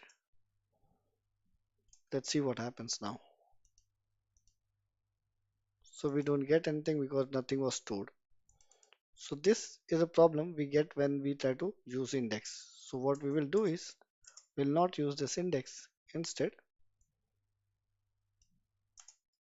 we will use it without the index and let's see what happens now. So we say 1, 1, just keep adding to see the effect. This looks fine. But then we have a problem. What about the index? And what happens if we have a flat list which is, let's say, is not having data which is just a string. In this case, we are just having a string, right? We are trying to input only a string here. But what if it's a complex object? It has more than one object or the item. So how do we handle that? For that, what we could do is, first thing first, let's go ahead and change this one. So here we will have the task. We'll change this to object where we'll say this as text. We'll create another element, let's say ID, another key, and let's have the math. We'll use the math dot random to generate the unique ID. Let's do that. So in real time, you will get this data from an API. So math dot random dot toString,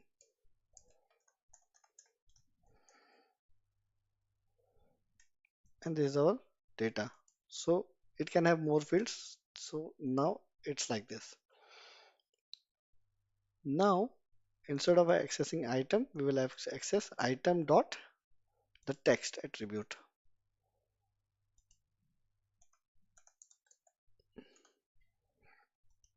And if we want the key or ID or something, we also have it here. So we can say item dot,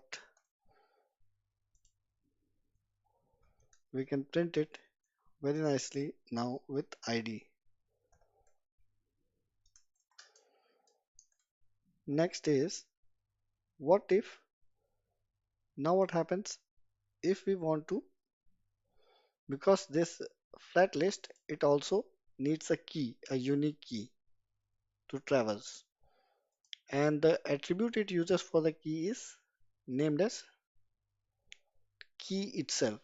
But here there is no field that we have provided as key, it's ID.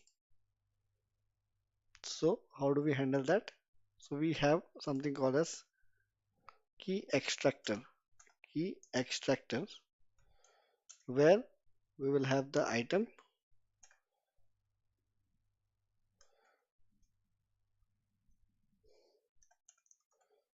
and the index.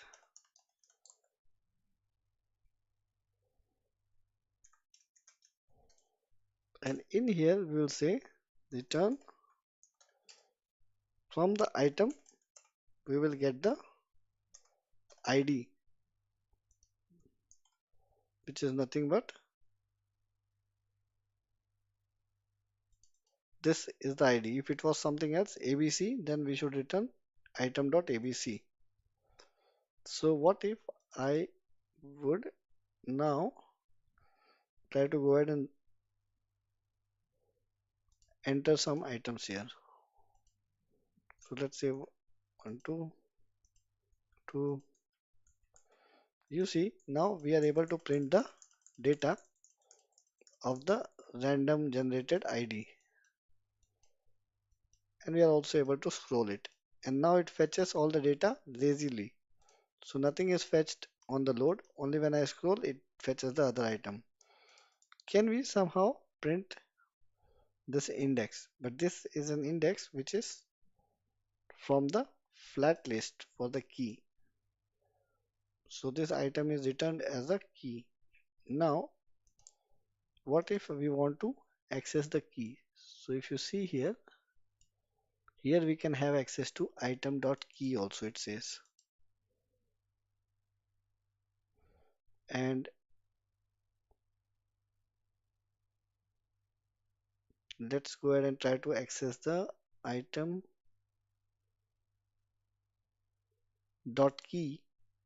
in here. So here instead of item data, we could say item.key also, and it would mean the same thing for us.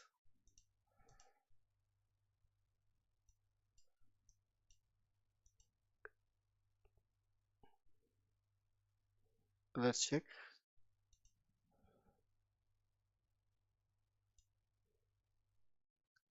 Alright, we have an object of the data. So like this we get it. So if we wrap things inside the array, they say, then we will get it as an object. So item data and index. Okay, and now if I go and try to access this index, because if we try to see the documentation, the data is here, and inside this bracket we have an object, and in the object we have this data. So let's quickly try to see if we are able to access the index now. Not this index of the key inside, but of the item data. Let's try to add one. Undefined is not an object. Item data dot item, it says. Item data dot item is not an object, it says.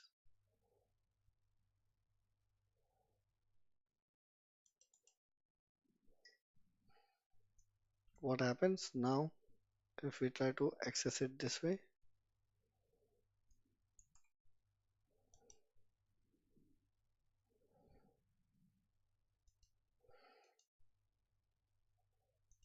Okay, let's quickly check the documentation. If we try to access it that way, item index separator, so item dot this item, all right.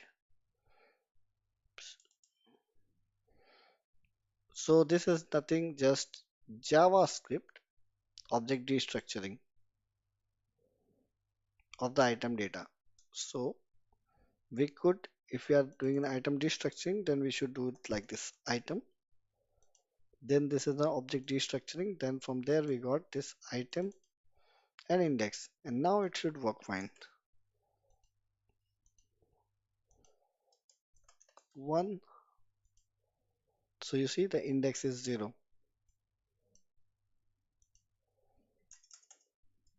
2, so we get this. So what if I want to print it by +1 here? So you see now it works fine, perfect. But if we don't want to do this item destructuring and we wanted to go with the item data like earlier, then make sure to access the index like this. item data dot index and item data dot item dot your objects data. Here in this case it's text or ID. You can access it that way. Item data dot item dot text. So if we go and test now, cannot find variable index, it says item data dot index is not available.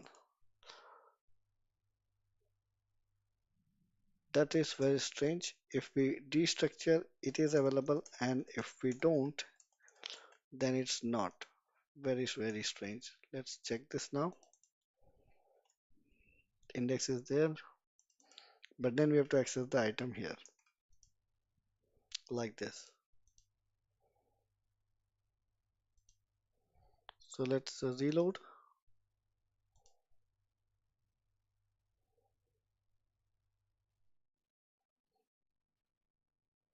So we have to be very careful what is available in object restructuring, what is not. We have to keep that in mind.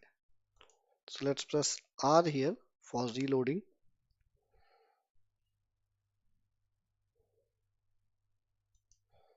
We got it back. So now we say item 1. So we have the index here 2,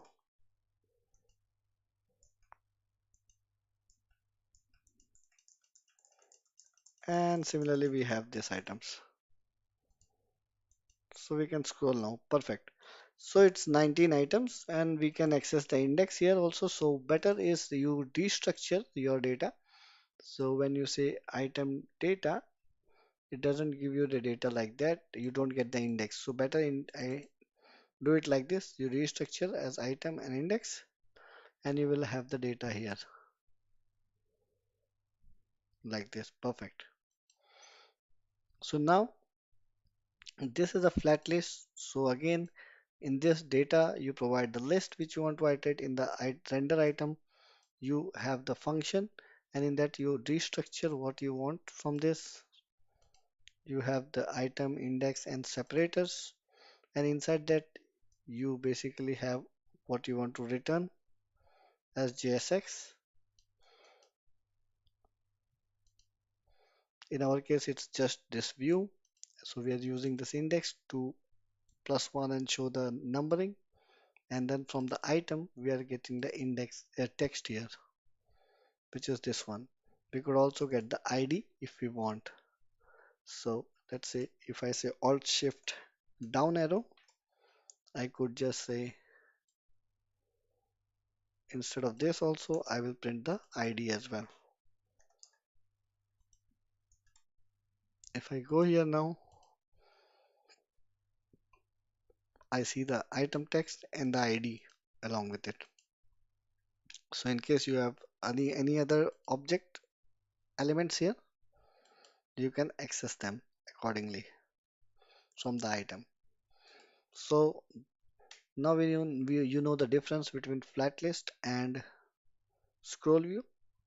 Always use flat list if you have a lot of items in your list. For the performance perspective, flat list is much better because it fetches the next item data in a lazy load mode. So it will have a good impact on your user experience. Thank you. Welcome back. Now it's time for us to look into our app component and see how big it has become while writing the code.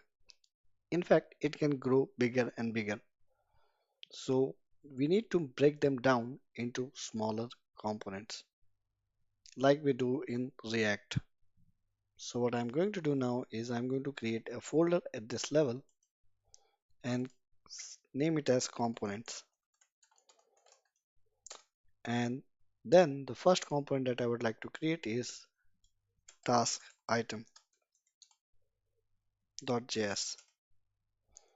And this will be nothing different than a normal React component, functional component. So I will say function task item,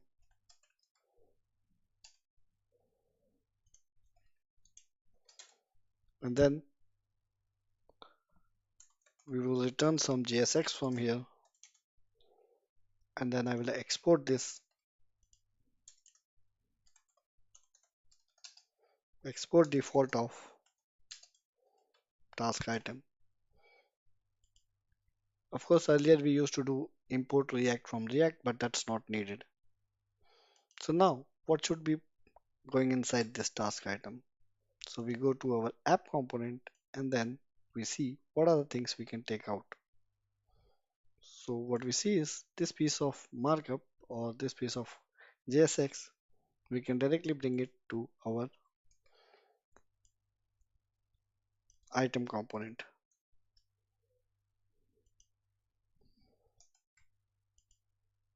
Alright, now we see that it lacks the styles.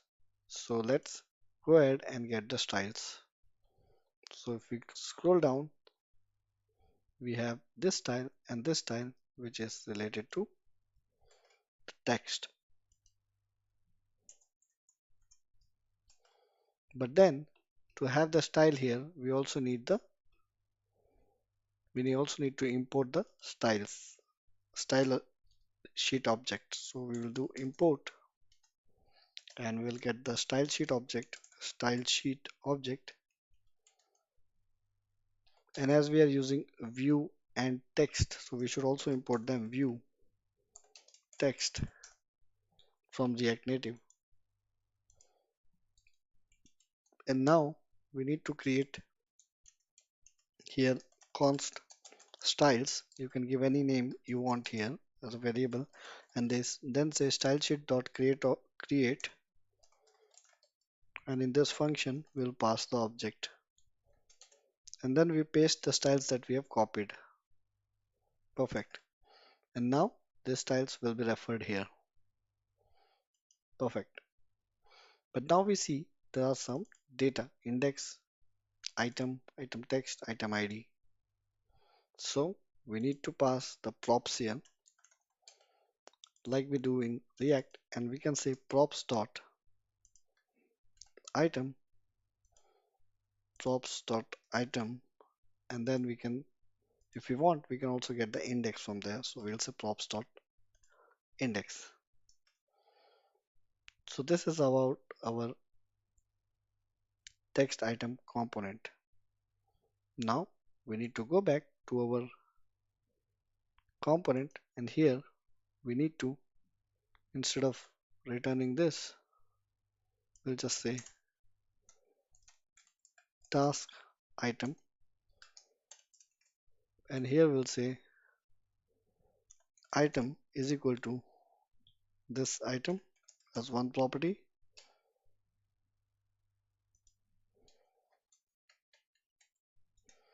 and index equal to index.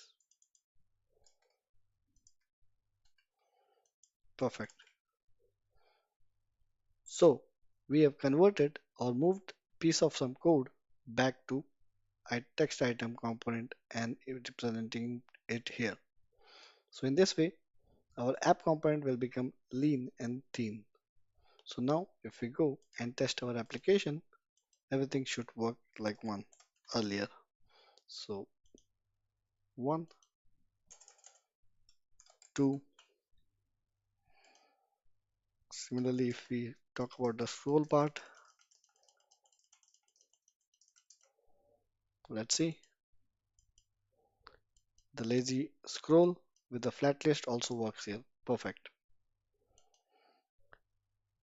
So now the next thing that we can break it down into a component is this section, which is our text input, which is we can break it down to add task component. So let's do that in the next video. Thank you. Welcome. Let's go ahead and create another component here that will help us to take the input addition of the task. So we say add task.js, and again we are going to create a component here. So function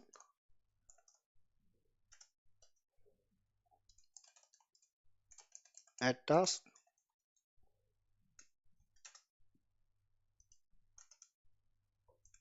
export default of add task, We'll get some imports from here,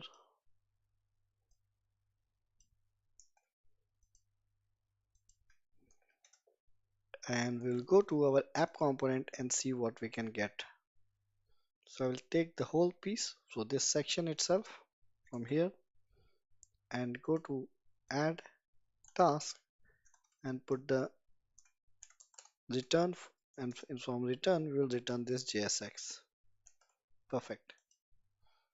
Now we see that we also need text input. We don't need this text, we need text input. So let's say text input. We go to app and see we don't need this button anymore, so get rid of this from here. Scroll view not required, text input not required. So whatever not required we'll get rid of from here. Now what we want is we want this two functions to be also taken there. Add tasks. Alright, first thing first, we first go here in this and see, okay, first we miss the styles, so let's get the style first. So I will create this,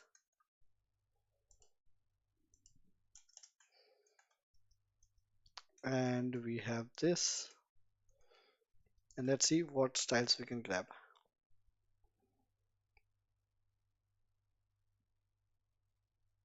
So we will get this input box and input container as our styles,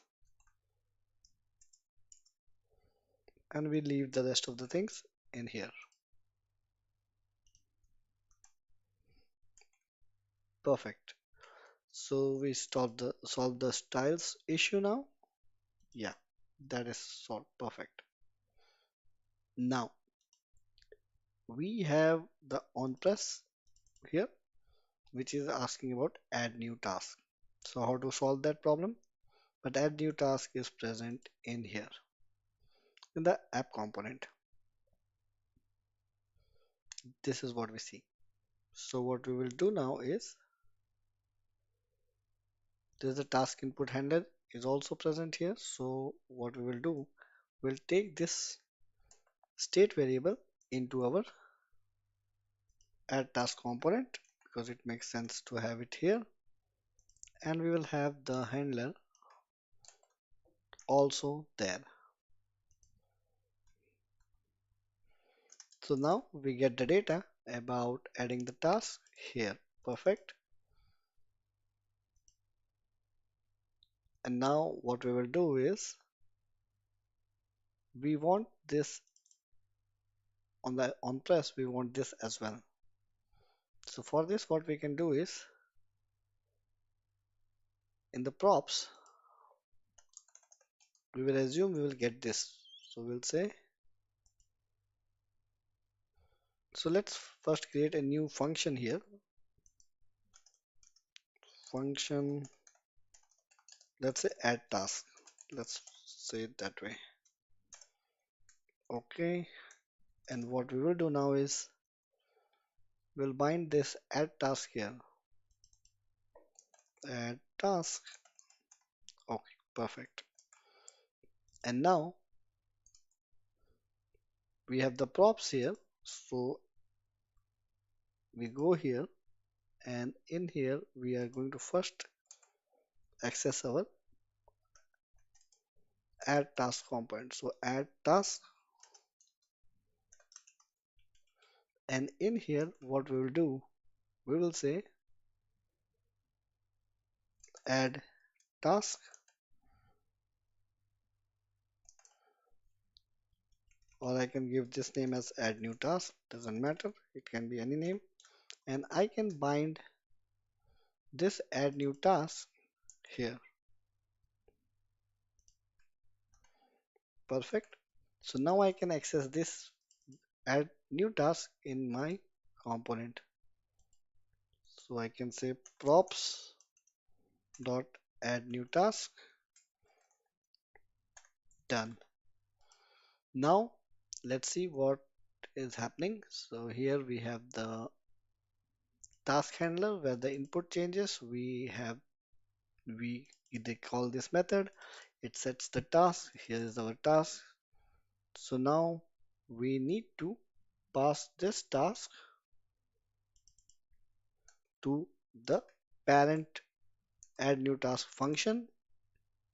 So now our parent new add new task will take the data new task, which is coming from child, and then we can say new task. Perfect. And if we check here now, everything looks fine now. Let's go ahead and test. Alright, we use state is not fine, so we need to get use state, import that from React. So copy this and import it here. Let's see if we have the issue solved now.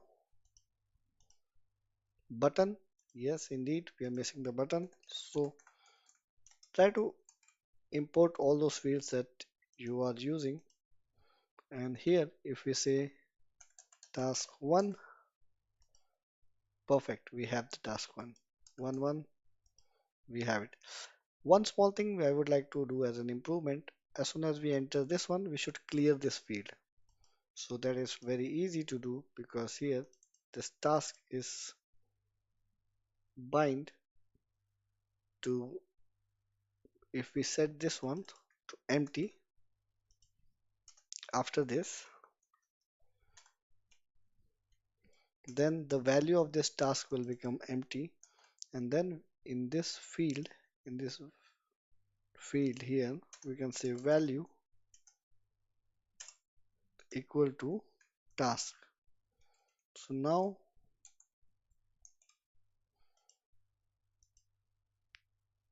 if we go and try to add a new item 111, see, it now disappears. So this is how we can empty the data. So this is how we can break down our app components into smaller components and make this whole app component much smaller. And the segregation is now happening in different other components. So this is responsible for adding a task. This is for displaying the details of a task. And each will have its own style. We could have passed the style via props, but that's not a good practice. Styles try to keep in the component for that particular component. Thank you. Welcome back.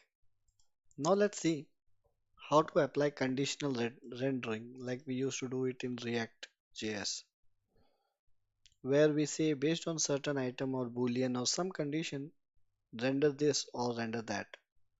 So if we see here, we have this two data. Let me reload it by pressing R on my console. So here I am in the console and press R.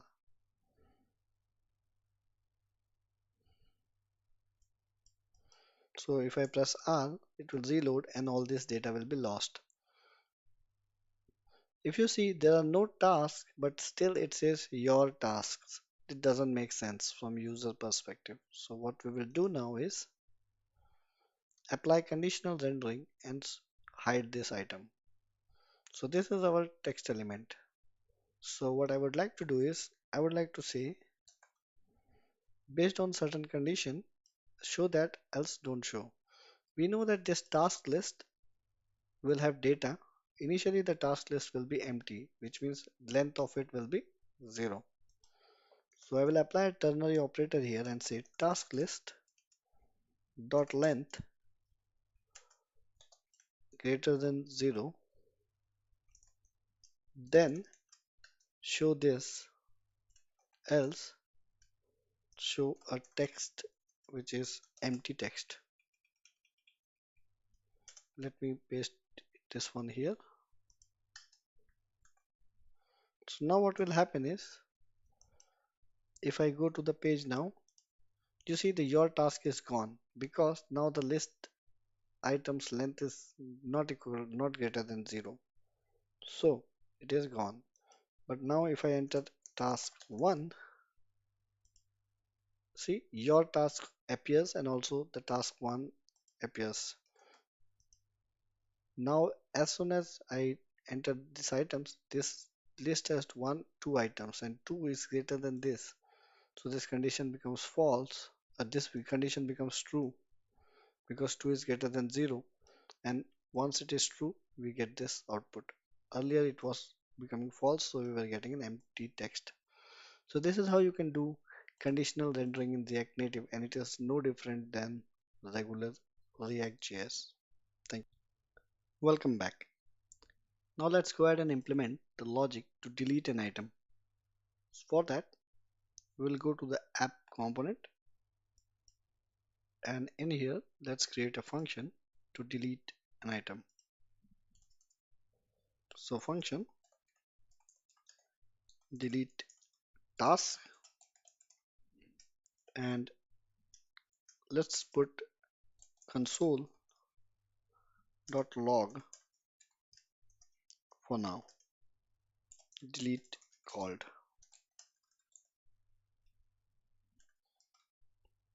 Now we need to pass this on the child. So here we have our task item. Let's have on delete task and pass this function.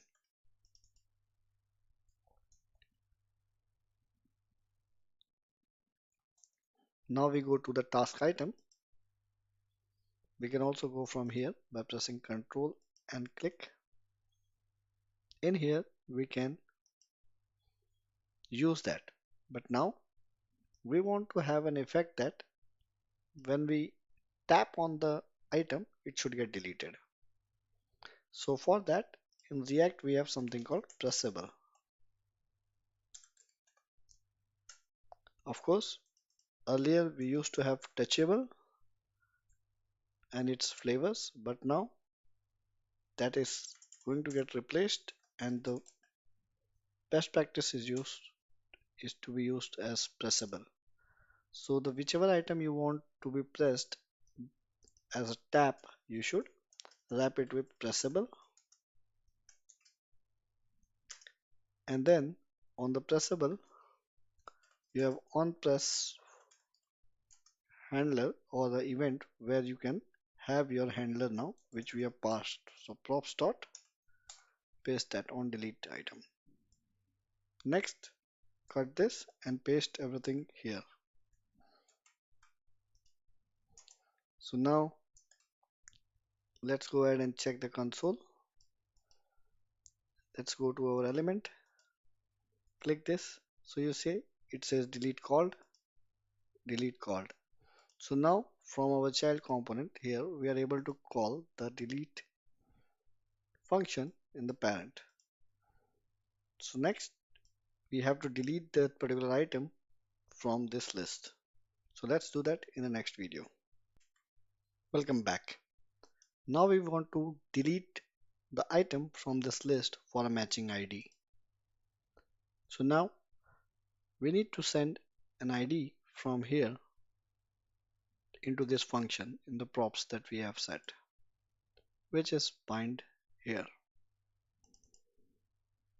So let's say we are sending the ID and we expect the ID here. Then we need to remove the item from this, which is matching that data. So I'll say set task list, and again we will do it the same way like we have done earlier. So here we have the current task list,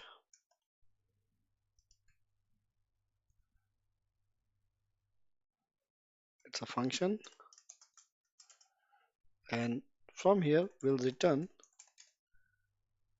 the current task list, and then we'll call the filter function, which is just a JavaScript function.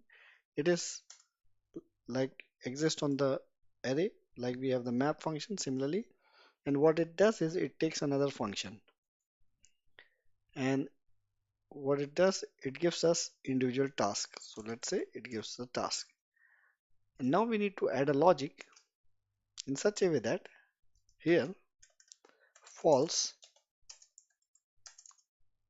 condition item gets removed. So that's how it works. So here we have the task, and now what we'll do is we'll say task.id, which is from here task.id, because each task will be returned here, each task will be given here. If that is not equal to the ID that we have got.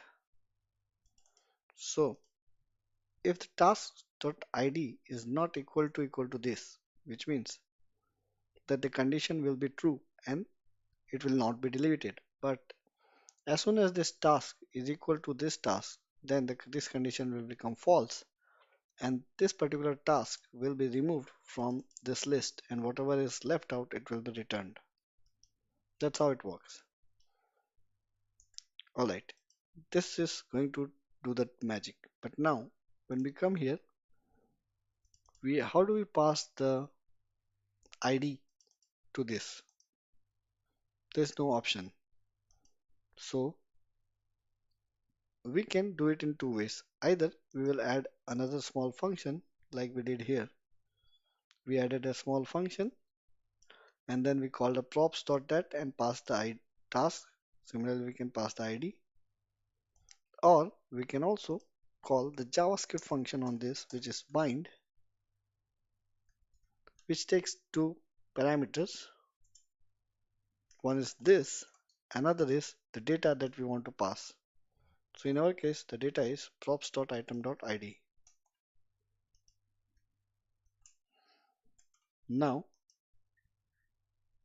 if we go to our app and try to click here, you see it gets deleted. So we say task 1, task 2,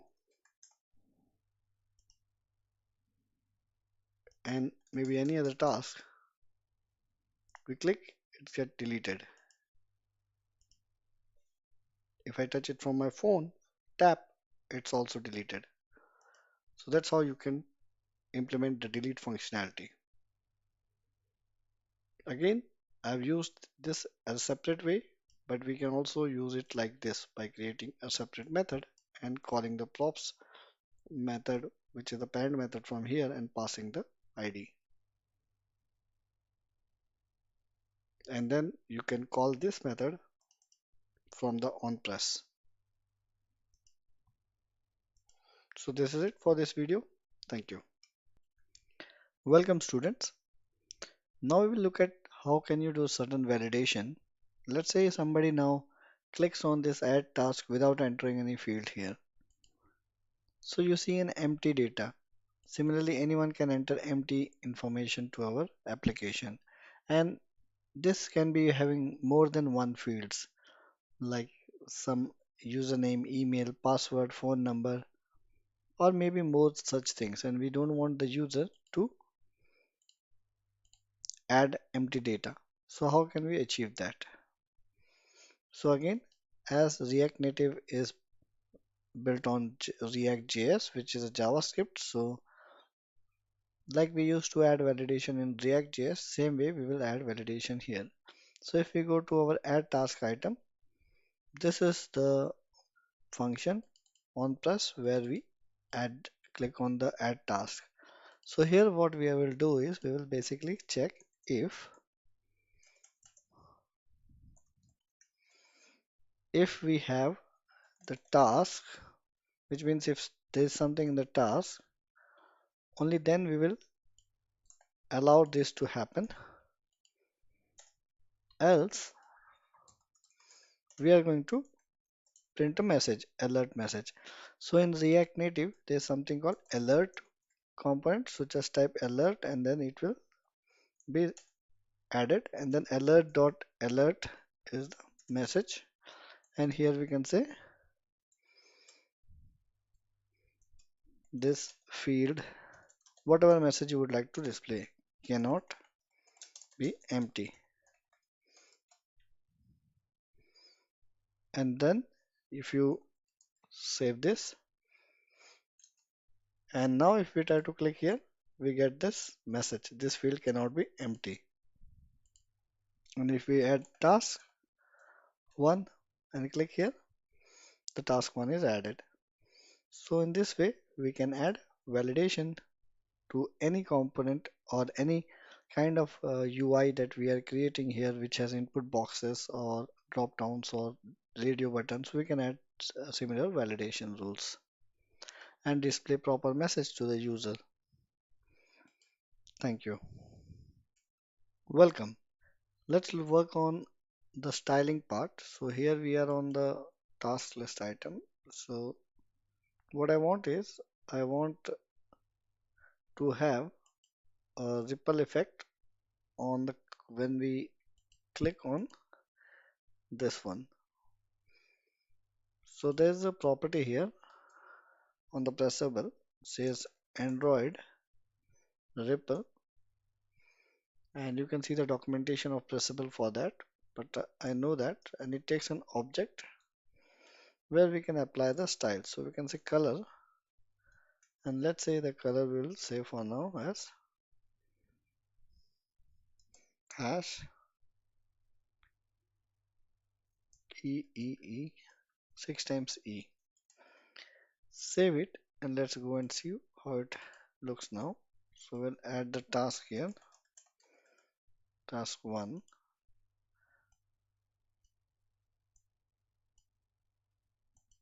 Let me add another task, task 2.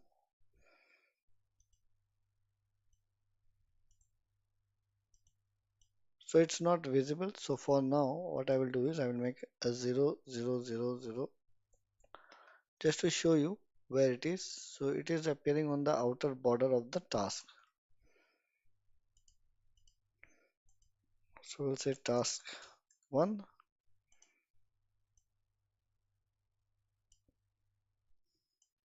You see, if I click and hold, there's a black color boundary at the corner here, this one. That is the ripple effect. But this is happening outside. What we want is we want to have it inside. So what we will do is we will take this whole thing, pressable thing, inside the view.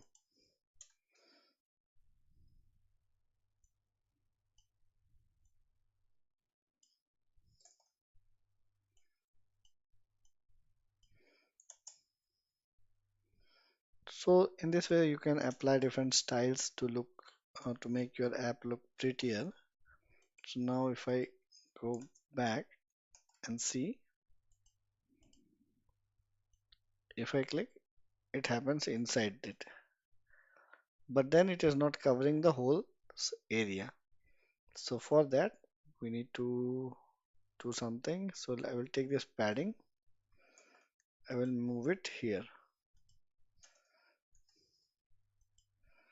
in the text itself, on the text level, on this level. So now let's go and see. You see now what happens? So this is the effect you can get. And indeed you can apply any other styling that you want here. So this is it for the video. Thank you. Welcome back. Now what we want to do is we have this thing. So as soon as we type something, it appears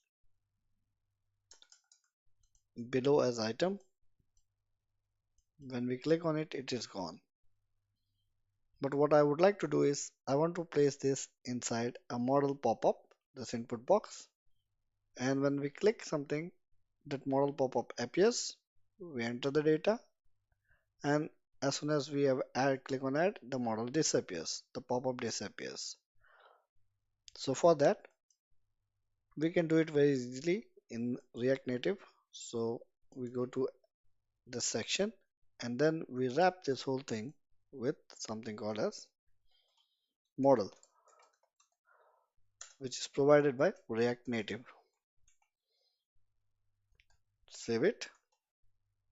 If you go now, we'll see it looks ugly because the model is this one and it's occupying the whole screen. But what we want is the model should only appear on click of a particular button.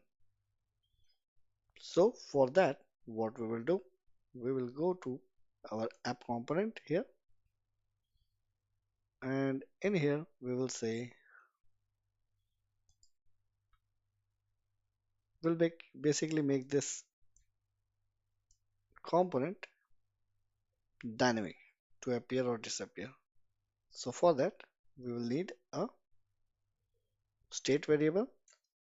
So I will say const show model set show model, and we'll give the default value as useState false, which means by default the model will be hidden, the pop-up will be hidden.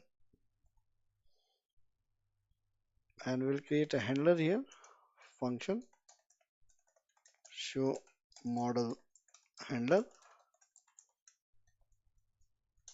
and here we'll set show model to true when this is being called. Now we will take this, and in here we will create a button.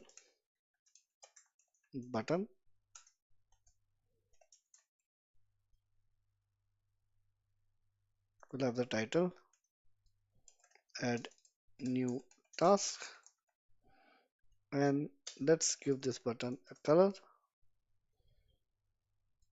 We can use the any color for now, let's say red, and the on press here should have this handler called. Alright, so now what I will do, I will take this background color and also put it here in the color. Let's see now how it works. Still, our model appears like this. The reason, because we have not used the boolean which we are setting here to hide and show the model. So we can use the expression like this: if this, only then show it. Let's save it and see how it looks. So here we have the add new task button. Alright, what I would like to do is I will use a different color because the color is quite light. So I will take this color for the button. Okay, here is our buttons. So apply that. And if I click here now, let's see what happened. Show model handler, it should go there, and we should, let's quickly check, set show model to true. This is false by default, that is correct.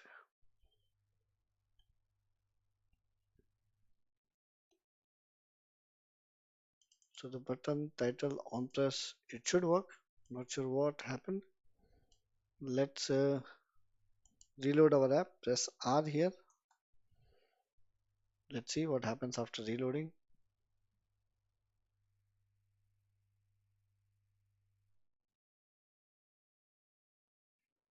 So it's still building.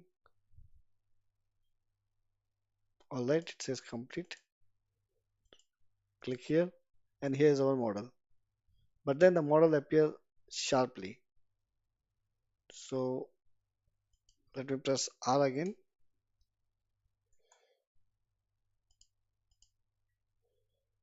It's loading. Click here, the model appears sharply. There is no animation or anything, so it doesn't look that good. So what we will do is in the next video, we will try to apply some animation to this model. Thank you. Welcome back. So what we will do is we go to the model component, and here we see there's a property called visible, and also there's a property called animation type. So what we will do here is we'll go to our model in this screen, and in here we'll say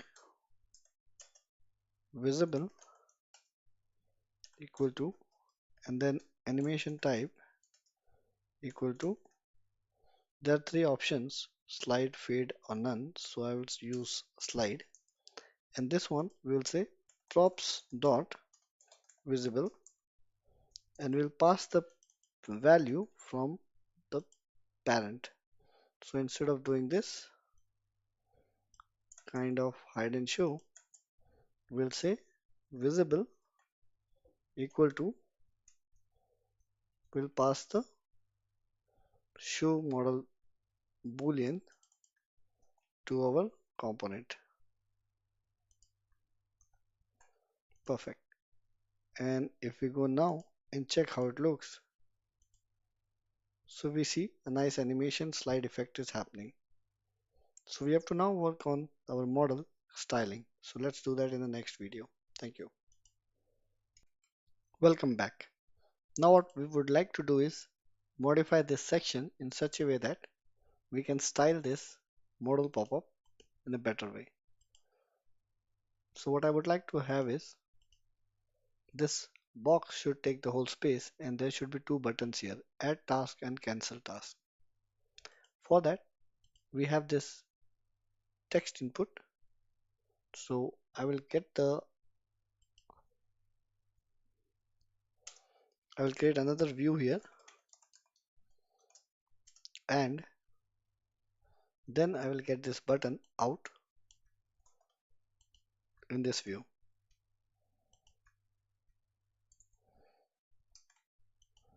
Now these two views are going to act like parallel to each other. So let's see how it looks. So it looks like this. So what we will do is, this input container is having flex of 1, that's fine, but we don't want this as row, we will have it as column, which is the default.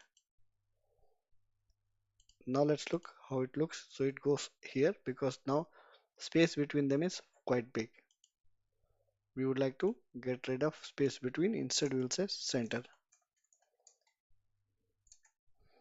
and now it looks like this. Next thing what I would like to do is, I would like to have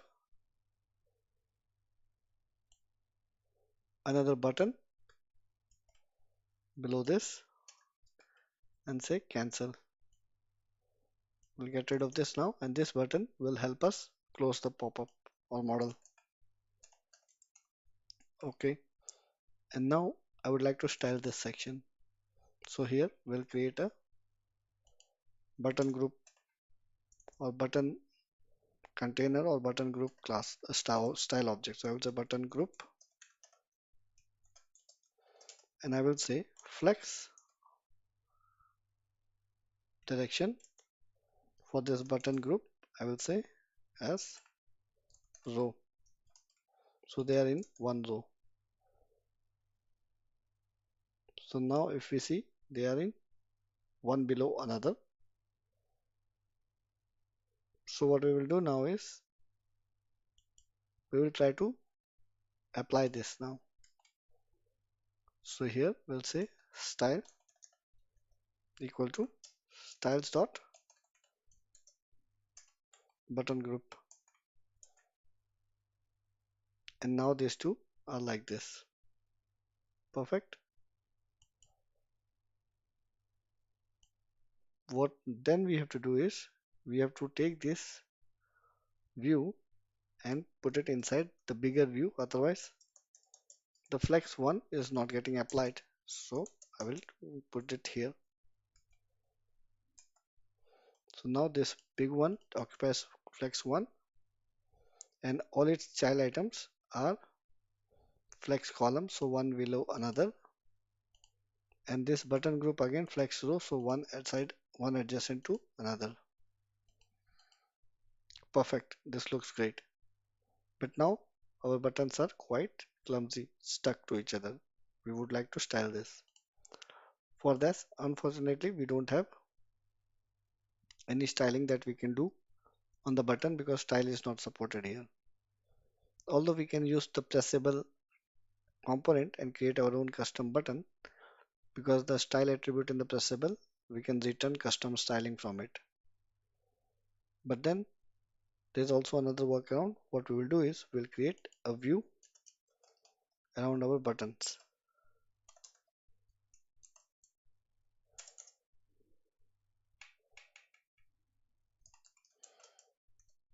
and put the button in that view. Now we can style this view in such a way that it occupies some space for each button and there is a gap between the two buttons. So paste it here. Perfect. And now we'll create another style called button style. And what we will do is we'll have the width of each button style to be 35%. Remember to give it in the quotes. And we'll also have the margin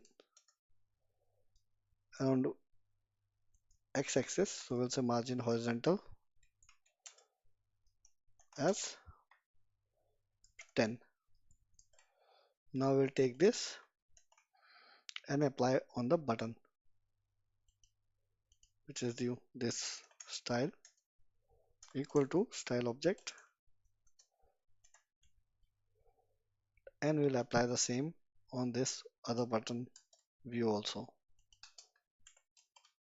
If we check our buttons now, let's click here. They are looking great. Of course, we need to give some top. So we'll say in the button group, margin top as 10. So here we have our buttons and this is aligned to each other side by side. Perfect. So in the next video, we will further continue with styling our model and also applying the logic for cancel. Thank you. Welcome back. Now let's look at how is our model looking like. It looks like this. Although we have to do something about this, maybe we can go and change the input container here. So what we have here is the input box. So we make the width of the input box to, let's say, 100%. Let's remove the margin right. Let's see how it looks. All right. But we need to also have the, okay, margin top. Let's add more here. 15 for the button groups. So it is a little bit more pushed. And we need to apply some padding on the top level input containers. So let's add padding from all round. Padding of 15px from all sides. Perfect. This looks good. So this is our model styling done. So in the next video, we will focus on adding the functionality for cancel and add task button. Thank you. Welcome back. Now what we have to do is whenever this cancel is clicked, then or this is of course empty now, but as soon as we enter something and it is clicked, then we should be able to close it. But that's not happening now. This model is still appearing. So how can we solve that issue or how do we implement that functionality? So we go here. In here we have show model handler. So let's create a hide model handler function. Hide. And then we set it to false. And then we take this and when the add task is done working, we call this here to hide it.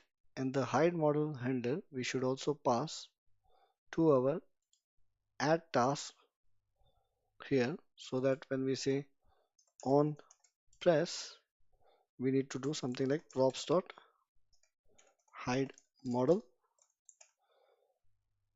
So this we need to pass from our function. So here in here we will say hide model. That's our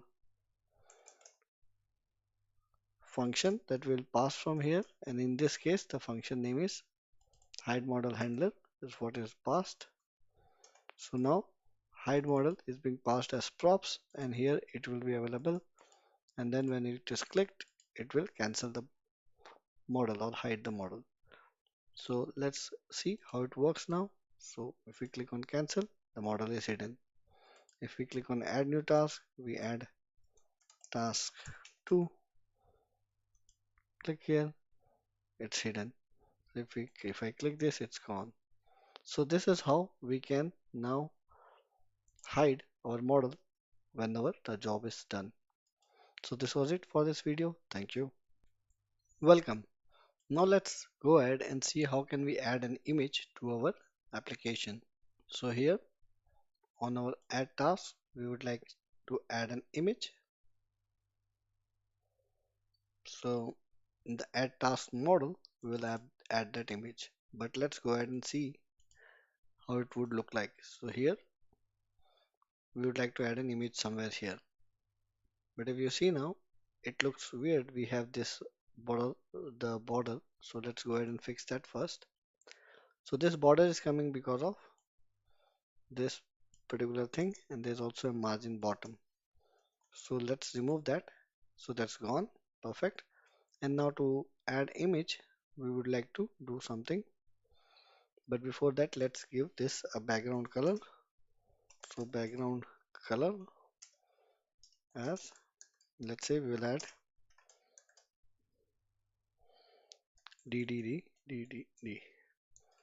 6Ds. There's one extra. So let's go and check how it looks. This looks like this. Maybe we change it to something else. 322 6B6 or D or 6. Alright, it looks like this. Maybe it's too dark. You can take it from anywhere, but for now I will take it, let's say I will say bit more lighter colors. So let's go to color picker,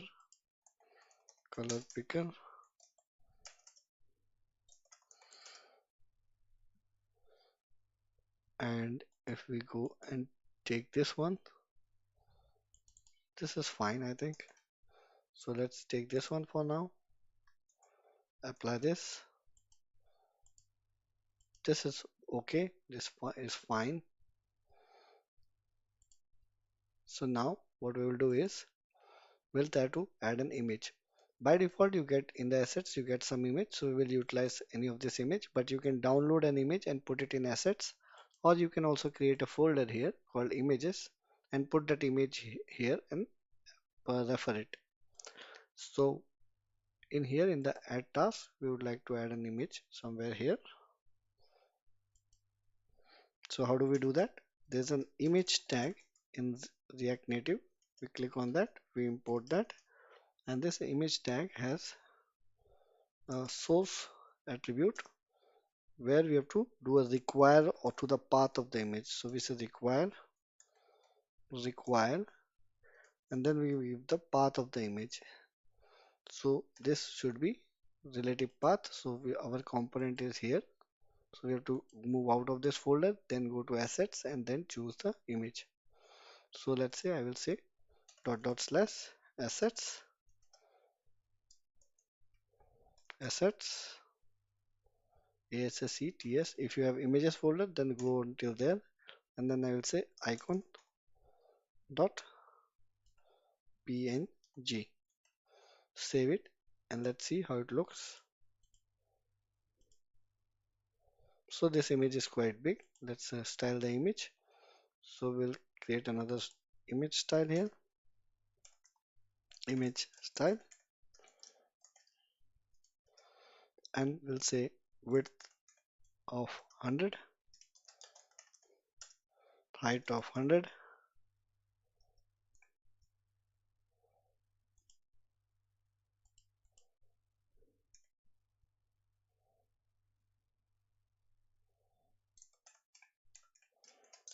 100, margin of 20.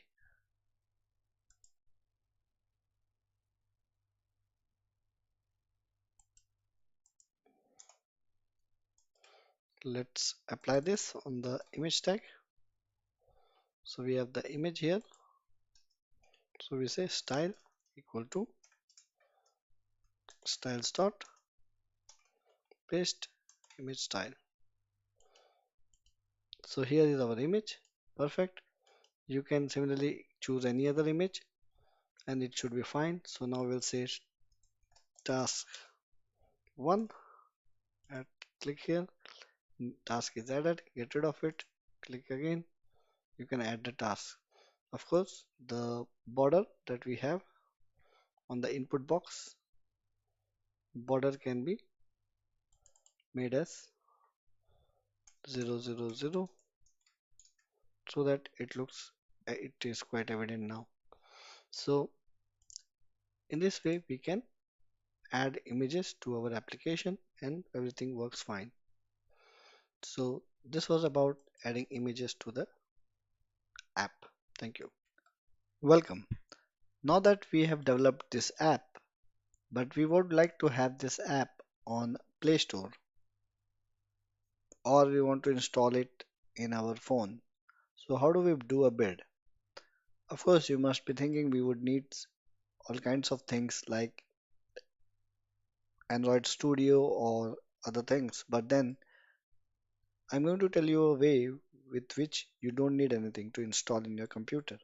So the first thing that we would have to do for that is we have to go to expo.dev website. So this is the expo.dev website and sign up on this website, create an account. After that, go ahead and run this command from your computer. So here, cancel this for now and run this command, and it's going to install the CLI for doing all the expo build. Once this is installed, then you have to go to the documentation again and click here ES login. So let it install that.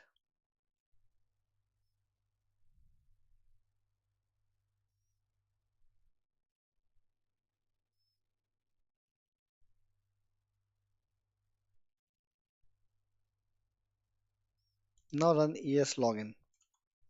It's going to ask you username and password if you haven't logged in again, or already not logged in, then it is going to ask you the username password of this account which you just created. So provide that credentials here.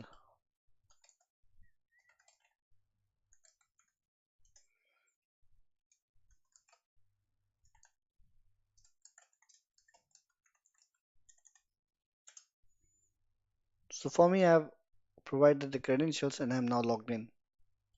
Then you run this command, es build this command.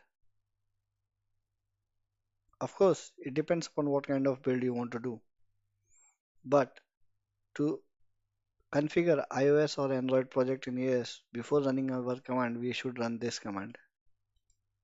So run this command and then it's going to create some file for us. So let's go ahead and run this command.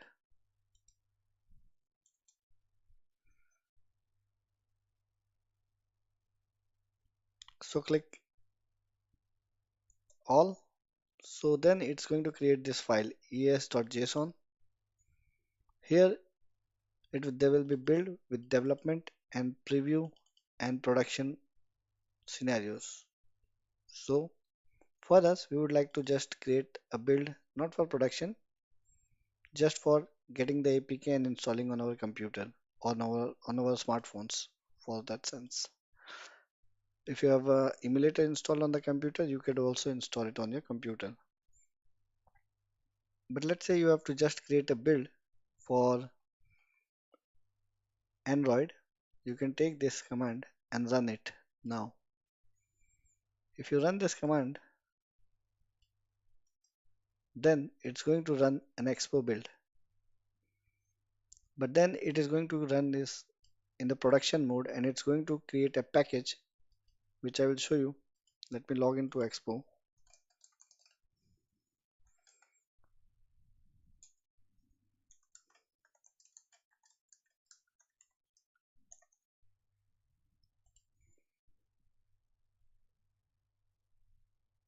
It will create a production build for you, which is like this for the Play Store.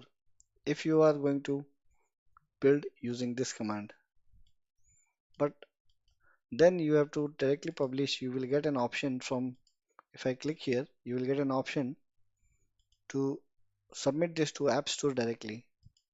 But what I want is, I want to run a preview build so that I want to first test it on my computer or phone before running a production build. So here I'm going to go to my notes file and take this command and then I will run it for preview build. As soon as I do enter, hit enter, it's going to start the build in the preview mode for Android. And after it has done the build successfully, it will give us a build detail. So if we go now here to home,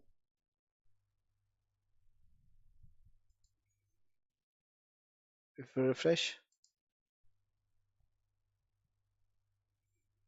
this is the new build which is running. So this is going to be an internal distribution preview build, which will give you a APK file to download and install. Like this was a preview build, which was done 35 minutes earlier. If I click here, it gives me an option to install. Click on it. You can scan this or copy this URL or scan this and you will be able to download the APK and install it on your phone and test your application. So this build is continuing now. It's going to take some time. So I will leave it as is, but I already showed you how you will get an idea how you will install it after this build is successful. But if you have built it for production, then you will have to, it will look like Play Store build, not the internal Play Store build. Here, if you download this package, it will be a complex package which will be in a format which will be supported by Play Store. So to test, make sure to do this build, and if you're final, then do a production build. For testing, as we have run a preview build here, so this build is still continuing and it's going to take some time because it's doing all the steps. But again, after the build is successful, you will get a link here also to download and install. You can click on this link or you can go and click on the install for that. Let me show you that, which was this previous build, preview build. You can click install and install the app on your phone. So this way you can basically test your application on your phone. So this was it for this video. Thank you. Welcome back. Now we are going to create another React Native app, and in that we are going to learn about navigation and API calls. So let's go ahead and create a new React Native app. So I'm going to copy this command, go to the location where I would like to create the app and say CMD,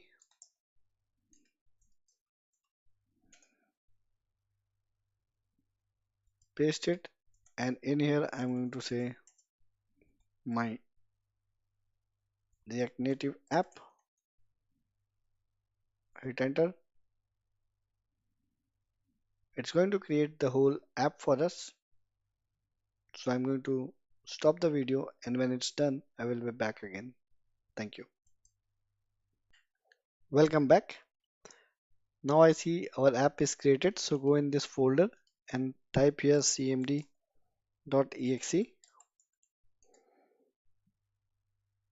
and type npm run Android. But before that, make sure that you are connected with your phone with USB, and also your phone is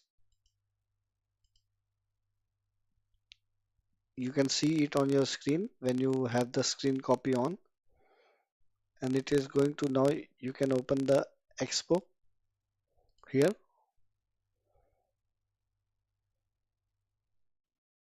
So now it's trying to load. Just say R here, then it's going to load your app. The new app also will be loaded, built and loaded on the phone. Similarly, as many apps you can develop, just make sure you run npm run Android and press R to reload so that new app will be loaded on your phone. So it says Android build complete. So here we have the new app loaded successfully. So now from the next video, we will start to explore the React navigation. Thank you. Welcome back. Now let's go to the browser and open this website called reactnavigation.org. And on the get started page, we will find this different page or different sections where it is going to help us basically implement React navigation. So make sure you are on the right version because this 6 is the latest version. There's some minor change from 5 to 6. So I'm going to go with 6 version, which is the latest. So first command that we have to install is or use is this one if you're on Expo. But if you are not on Expo, then you have to follow the different commands which is for bare React Native project, which are these commands. But as we are on Expo, so copy this command and then go to your project. For now, I have opened the project in our Visual Studio Code Editor. So I'm going to click on New and paste this and let's install this dependency. In the meanwhile, let's check if we get a Chrome or an extension, not the Chrome extension, but extension here for React Native fast development. So let's see React Native, what are the different extensions we have. So let's see here we have React Redux, React Native snippets, which is already installed. It says React Native Redux for ES6. What does it do? Let's check. Scroll down. Alright, there are different kinds of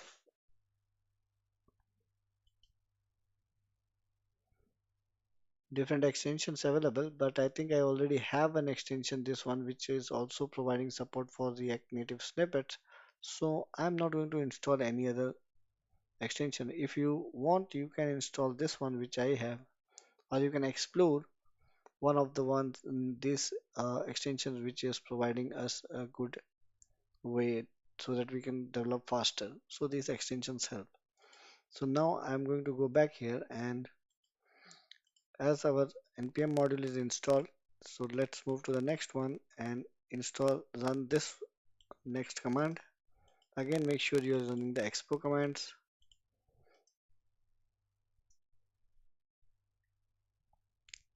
Let this get installed and then we need to basically go and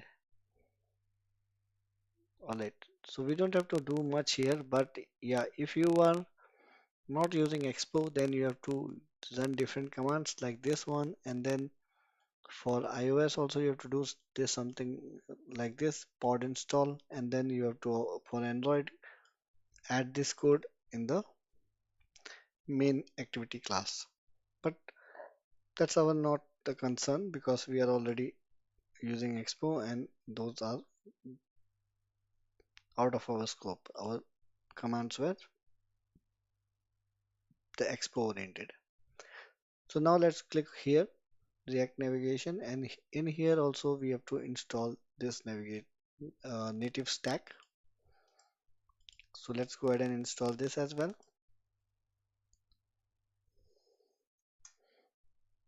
Whatever we are installing is getting added to package.json, so let's explore that as well. So here we had React Native navigation, Then we had installed these commands, and now we are installing the native stack. So let me close this and open it again. So this is the native stack. So that's it. These are the libraries we need to install, and in the next video we are going to go ahead and implement the navigation. For that, we would need to have this object created, create native stack manager, and in that we will get two properties, screen and navigator. Using these two, we are going to create the complete navigation like this. So let's continue in the next video. Thank you. Welcome back, students. So it's time for us to go ahead and create few components that we would like to navigate between. So here I'm going to create a folder on the root level called components, and in here I'm going to create a first component, let's say home.js,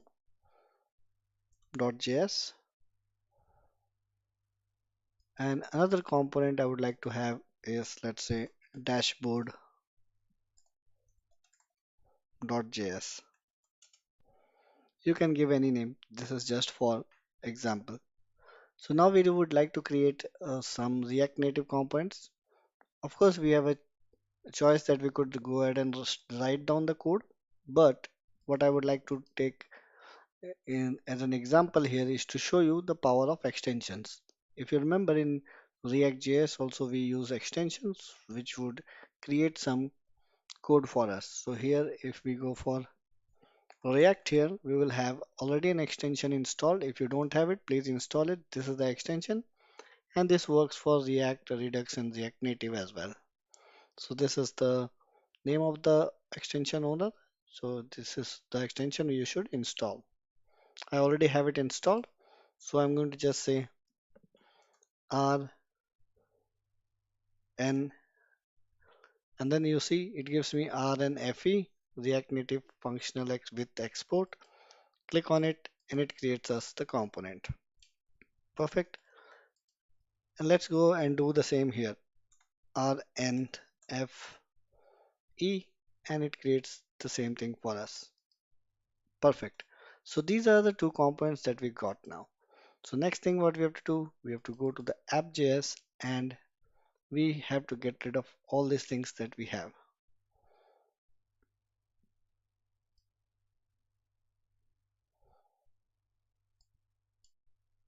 Let's clean this up and we keep our app.js very lean and clean.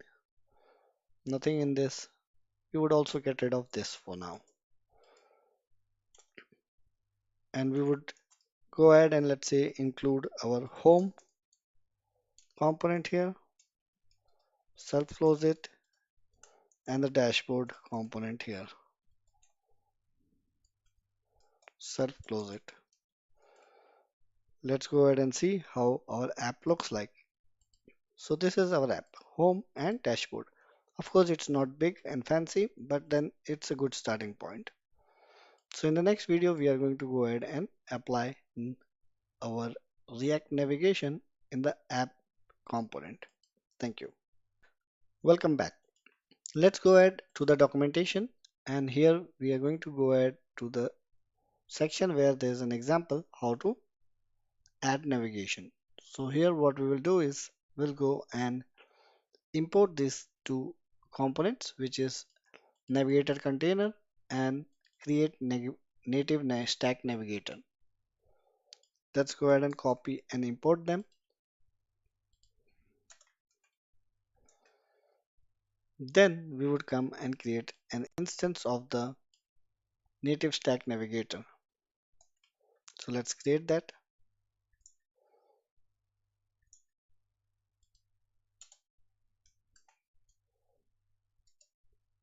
Alright, we could either create it inside the app or outside the app. So let's go ahead and create it inside the app so that for the scope purposes it would be good. Alright, so we have created the stack here. Now you see the JSX or the piece of code that we have to return from here, it is like it's wrapped inside a container, navigator container, and then we have stack dot navigator, and in that we would like to have the multiple stack.screens for each component and its routing URL. So let me copy this and we are going to modify it according to our need. So in your app, just copy this and then take it and paste it here. Perfect. So here it was already created a home screen, but we have our home screen in a different way. So let's go ahead and style it now. So here we are going to say name of the screen will be home, which is the URL, and then our component name is actually home. That's the name of our component. Similarly, press Alt Shift down arrow, and then we will get another link which is dashboard, and here we will have the component as dashboard. But then which page or which component to show by default? For that, here in the initial, there's a property initial route name URL, and if we want our dashboard to be, if we don't give anything, by default it's the last one. But if you would like to have the dashboard to be the loaded for as a first, then if we give this one, then by default when we will restart, it's going to load dashboard for us. So let's go ahead and see. Press R.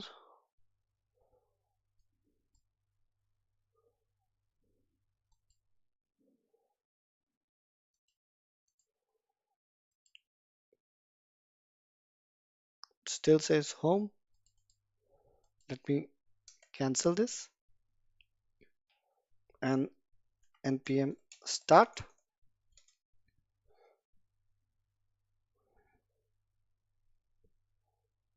So when the app loads now, it's going to see which is the initial route name and it's going to take that name and go to that component and it would load that component here. So let's wait.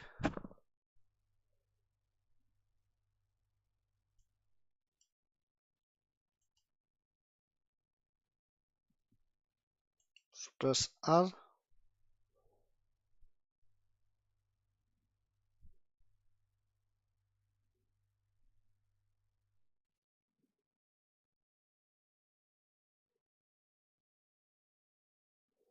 So it's building.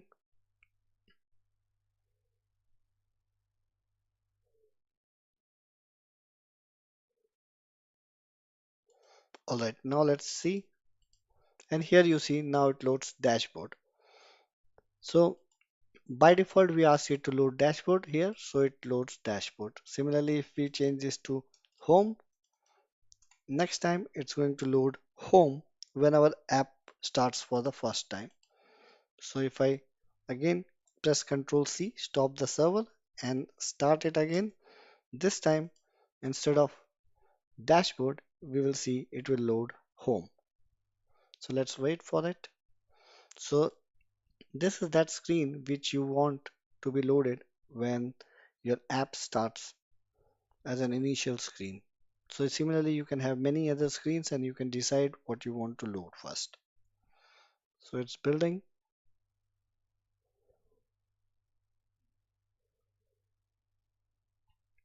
Let's press R here.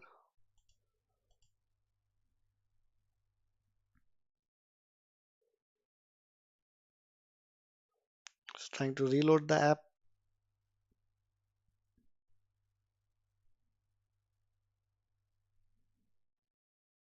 Sometimes it takes time, so we have to keep patient.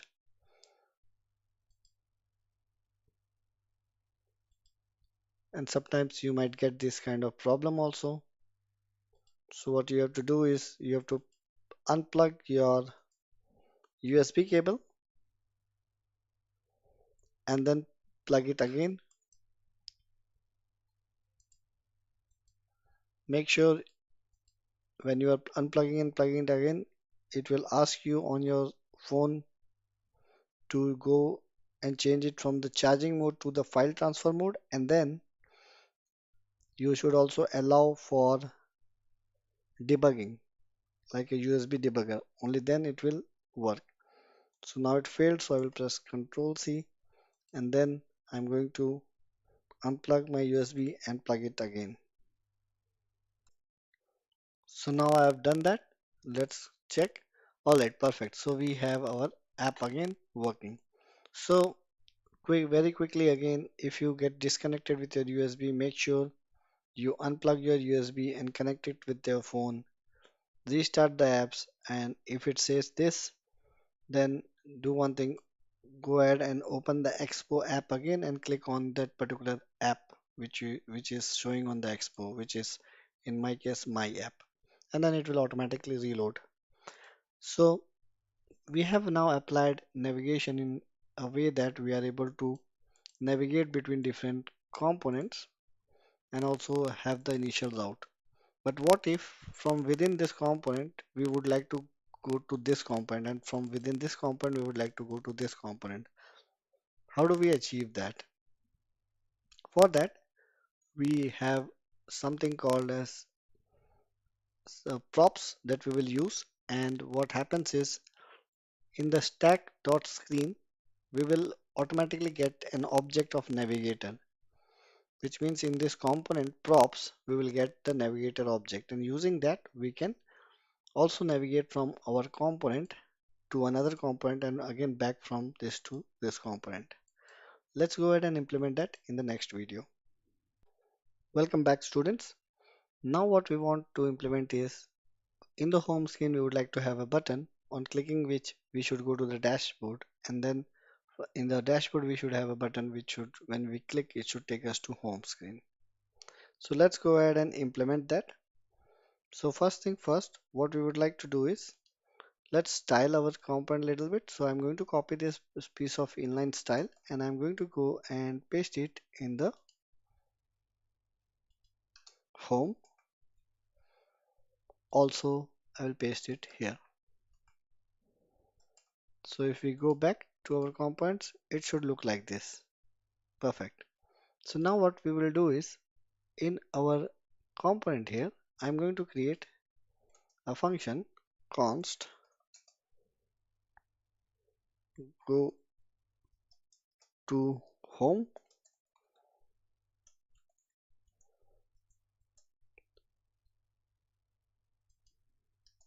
Let me put it this way, the arrow function.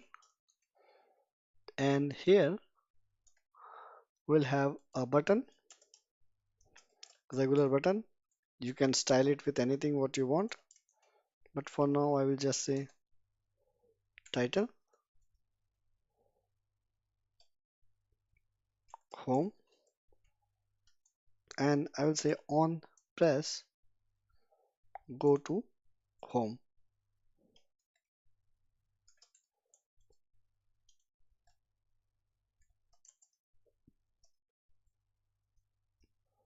Alright, let's just type it. Sometimes it behaves very strangely. So home, okay, I will completely write it. It's okay. Save it, home. And now when we will click on this button, it will come here. But we need to go back to home. So as I mentioned earlier, this navigator object gets passed in every stack.screen. We have it. So now in the dashboard, we also have this navigator object. So we can access it with the help of navigation.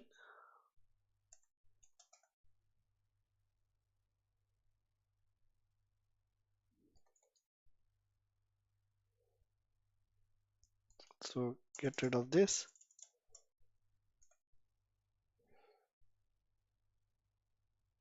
So we can use the navigation object. So here, if we try to type the navigation, it won't be available directly like it is happening now. So why? Because here this navigator object gets passed as a prop to the component. So which means that we need to go here and add the props here like this, or we could directly destructure the navigation from here,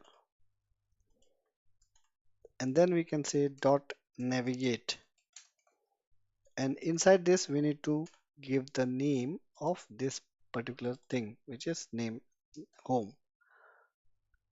As soon as we give this one, our app should be good for reloading. So let's reload it. So let's go ahead and implement similar function in home. So I'm going to home here, and in home we will take this, go to dashboard, and let me add it here as props. So you can also call like this props.navigation.navigate, and now it will be dashboard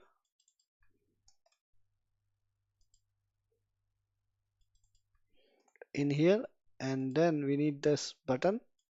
So go ahead and copy this button, put it here, go to dashboard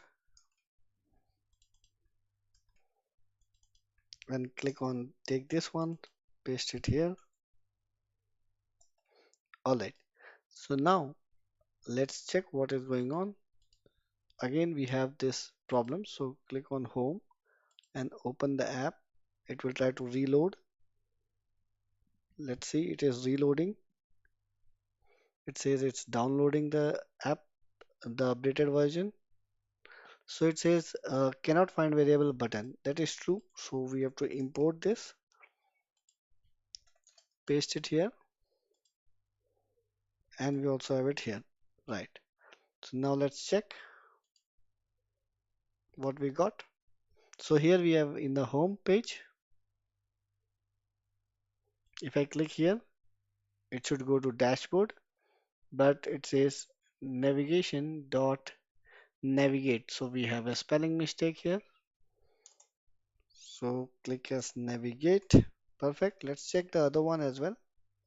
Navigate. This should be navigate. That's the function. But you don't have to remember anything.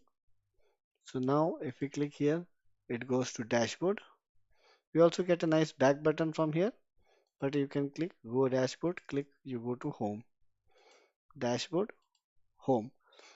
Alright. So there are other methods also in this navigation object, which are go back and other things.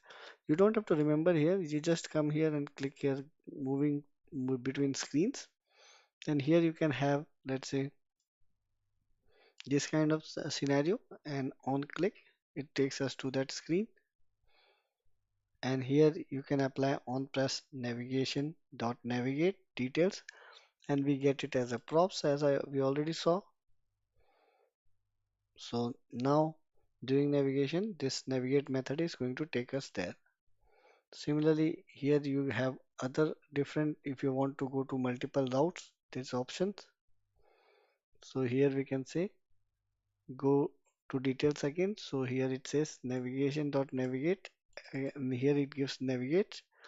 But if we have, we can also say push. So if we do a push, then it goes back and again it goes back. So there's kind of screen slider. So you can push multiple screens on top of each other.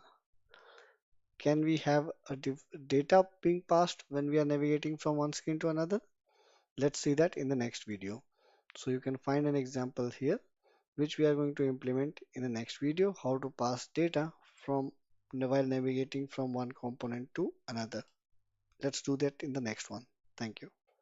Welcome back. Now let's say we want, while navigating, we would like to pass some data. So how we can do that? So here, if we want to pass some data while navigating from our this screen to other screen, we got some options here.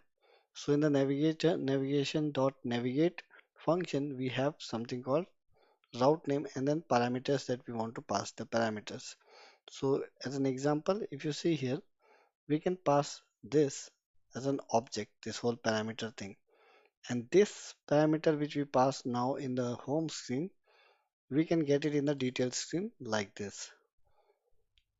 We can pass a route, because we can, in the props we get navigation but also route, and then we get all the params from the route like this, and then we can use them on our screen. So If you see, we can use them directly like this. So let's go ahead and try it out.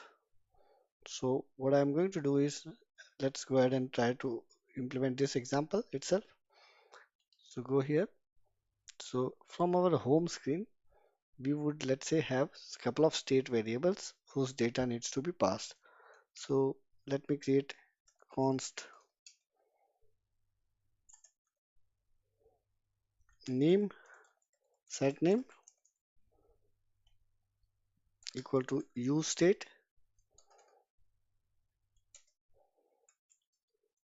and let's say we'll keep the default value of the name as John Doe, and we'll have another field alt shift down arrow, and let's say as department,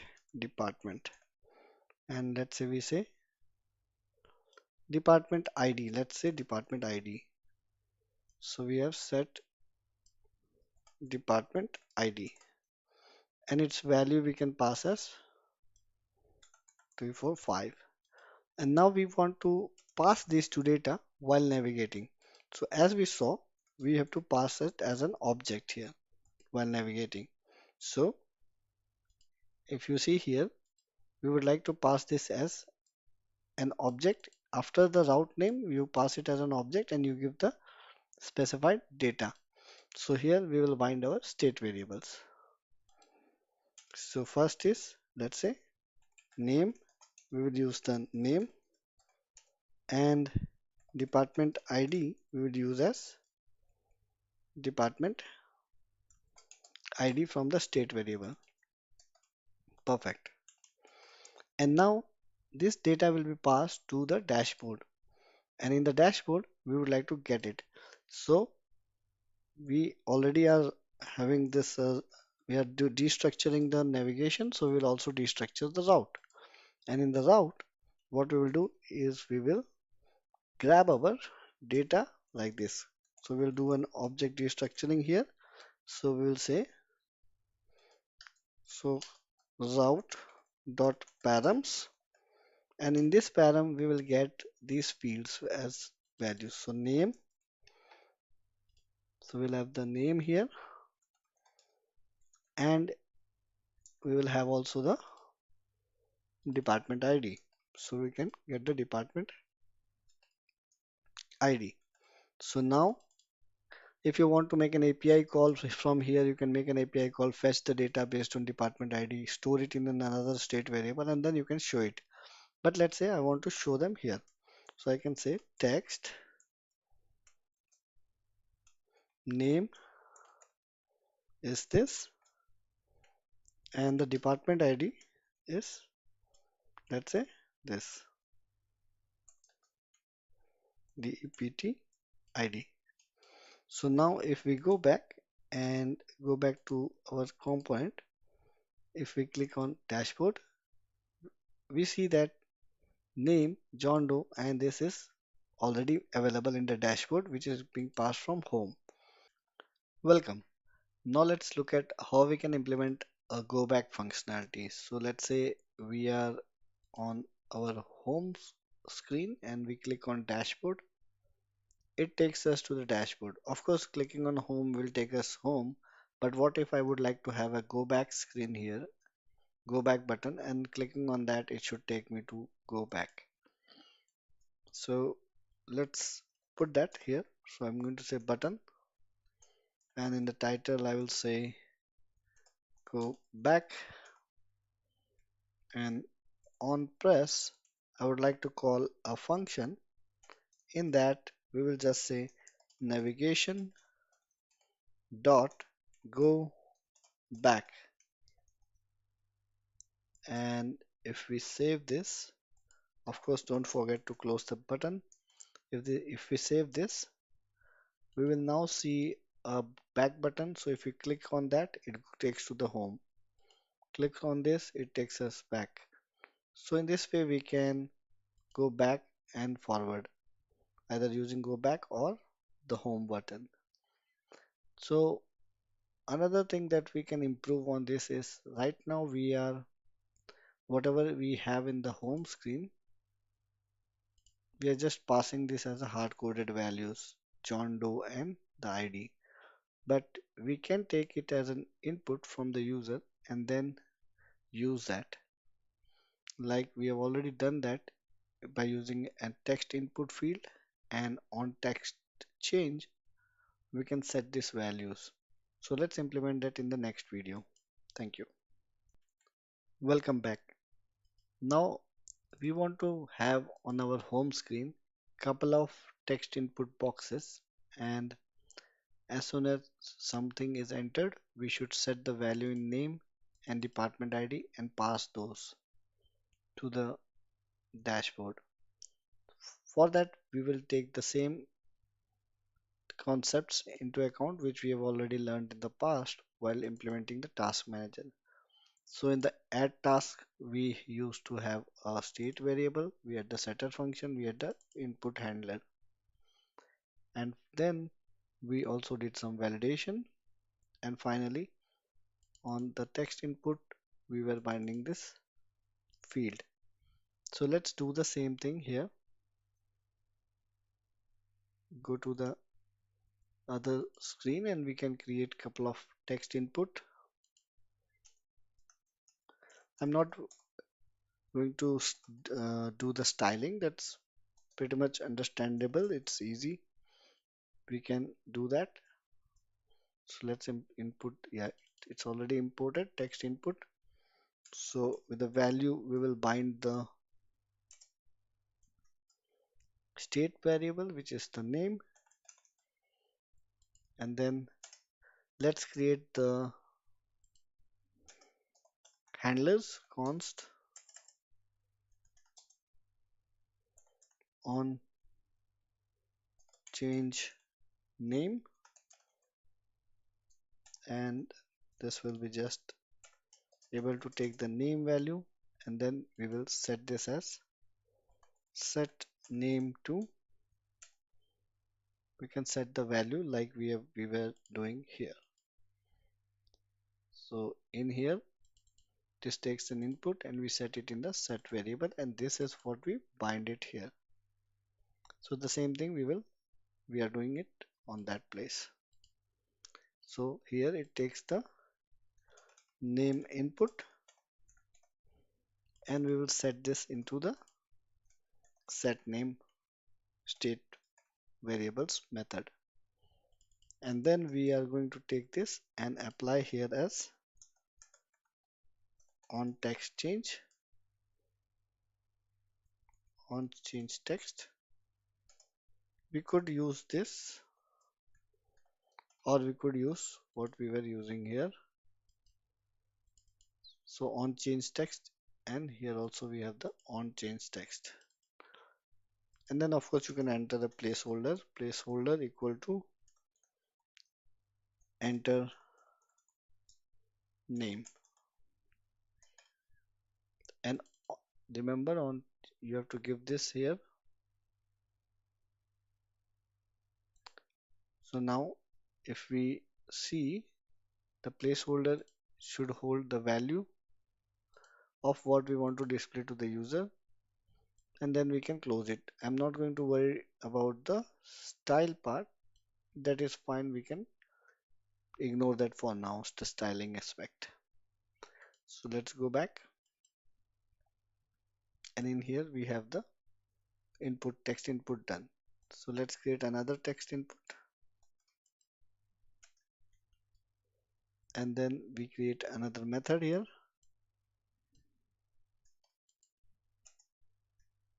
on change department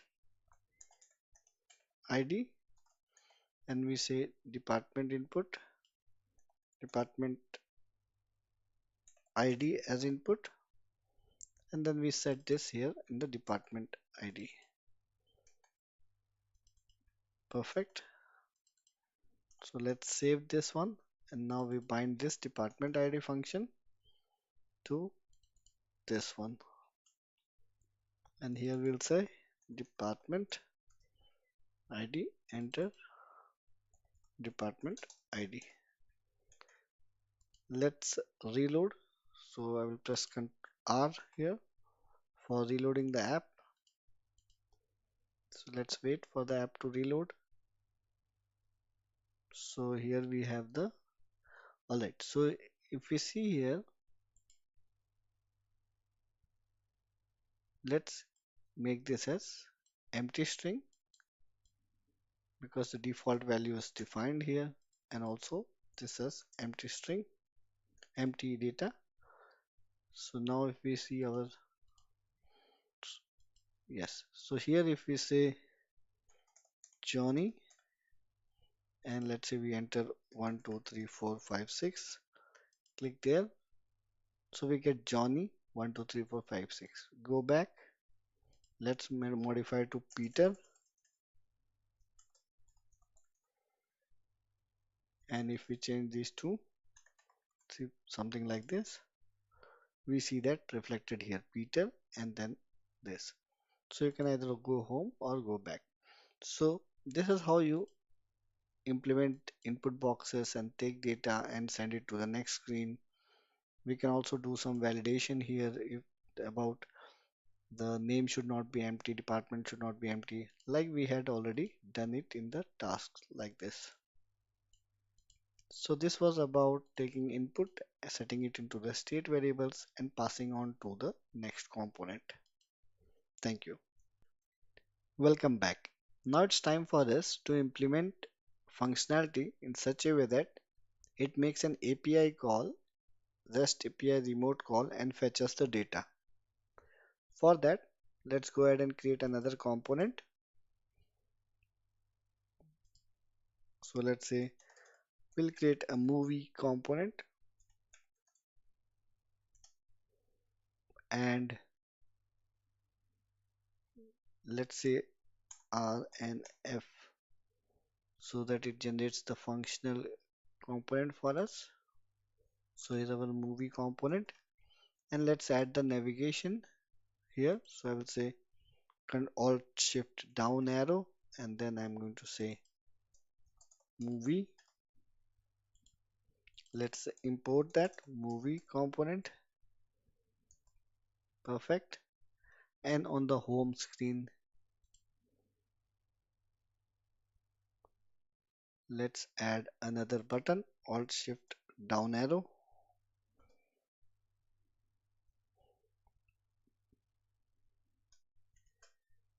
and we call this as movie, and we say go to movie, and let's create a function here that will help us navigate to the movie screen. But what if we would like to just go to the movie screen on click of, instead of click of a button, we want to go to the movie screen on click of an link tag or an anchor tag. Let's try to implement that. So to implement that, like an anchor button and then there's an href, we still have to use the button tag, but we don't have to always create like this. If we just have to navigate to the next screen, what we could do is here we can say the function, and then we can say props dot navigation dot navigate, and then you pass the screen name where you want to go. So this will act like a anchor button click, anchor tag that we used to have. But indeed you need to have a button tag used, otherwise it won't work. So let's go ahead and test it out. So here if I click to movie, it takes me to the movie screen. Perfect. So now we are able to navigate to the movie screen. That is great. So now in the next video, we would like to implement this functionality further, where we say if the user enters a name of a movie and clicks on search, we should fetch the movies matching that criteria. So let's implement that in the next video. Thank you. Welcome back. Now let's go ahead and see how we will have our movie screen look like. So click on movie. So here we are. So I'm going to grab this style from this section, and we go to the movie, and I'm going to wrap this around. So let me put the style here first. So let's see how it looks now. So it's here. We don't want it to be exactly at the center. Instead, what we want to have it.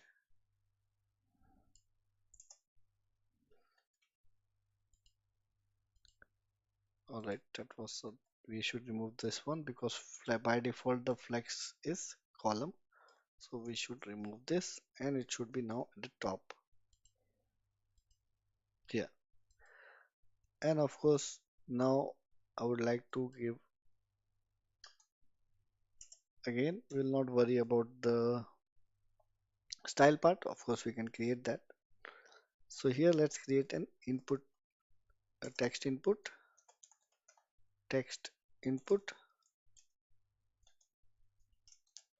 and then we create a state variable, const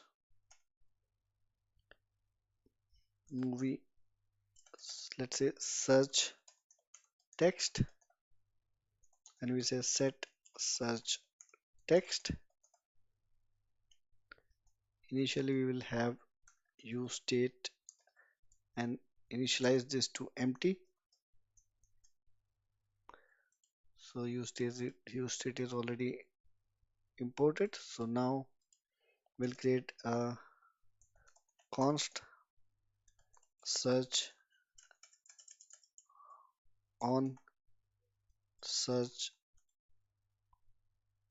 movie. Let's say we'll say text input,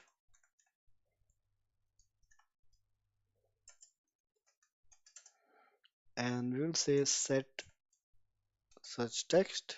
We will set it here. Perfect. And then we can say, of course, value equal to, we can set this to search text.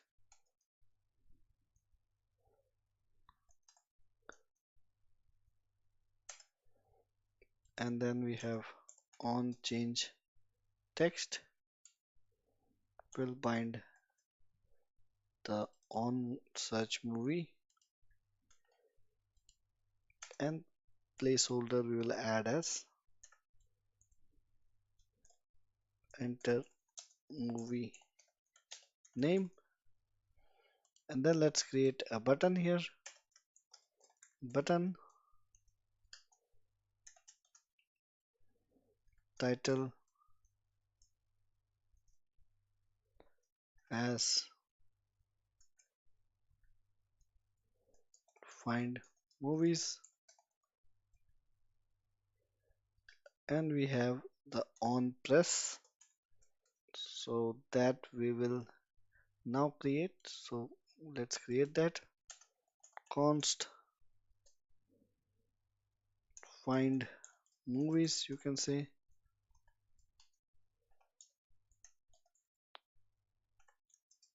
we'll call this, and for now we will just bind this, and we will just do a console log of console dot log of search text. For now, let's do this much and try to see if everything is working fine or not. So go to movie. Let's say we enter the movie name as Home Alone. Click on find movie and we get Home Alone. Perfect. What we would like to do is take this Home Alone value, make a API call, REST API call, fetch the data and display it at the bottom somewhere here. So let's implement that in the next video. Thank you. Welcome back. In order to fetch movies through REST API, we will take help of this OMDB API. And you can go ahead and register here, then you will get an API key. After that, you can use that to make the calls. So like this.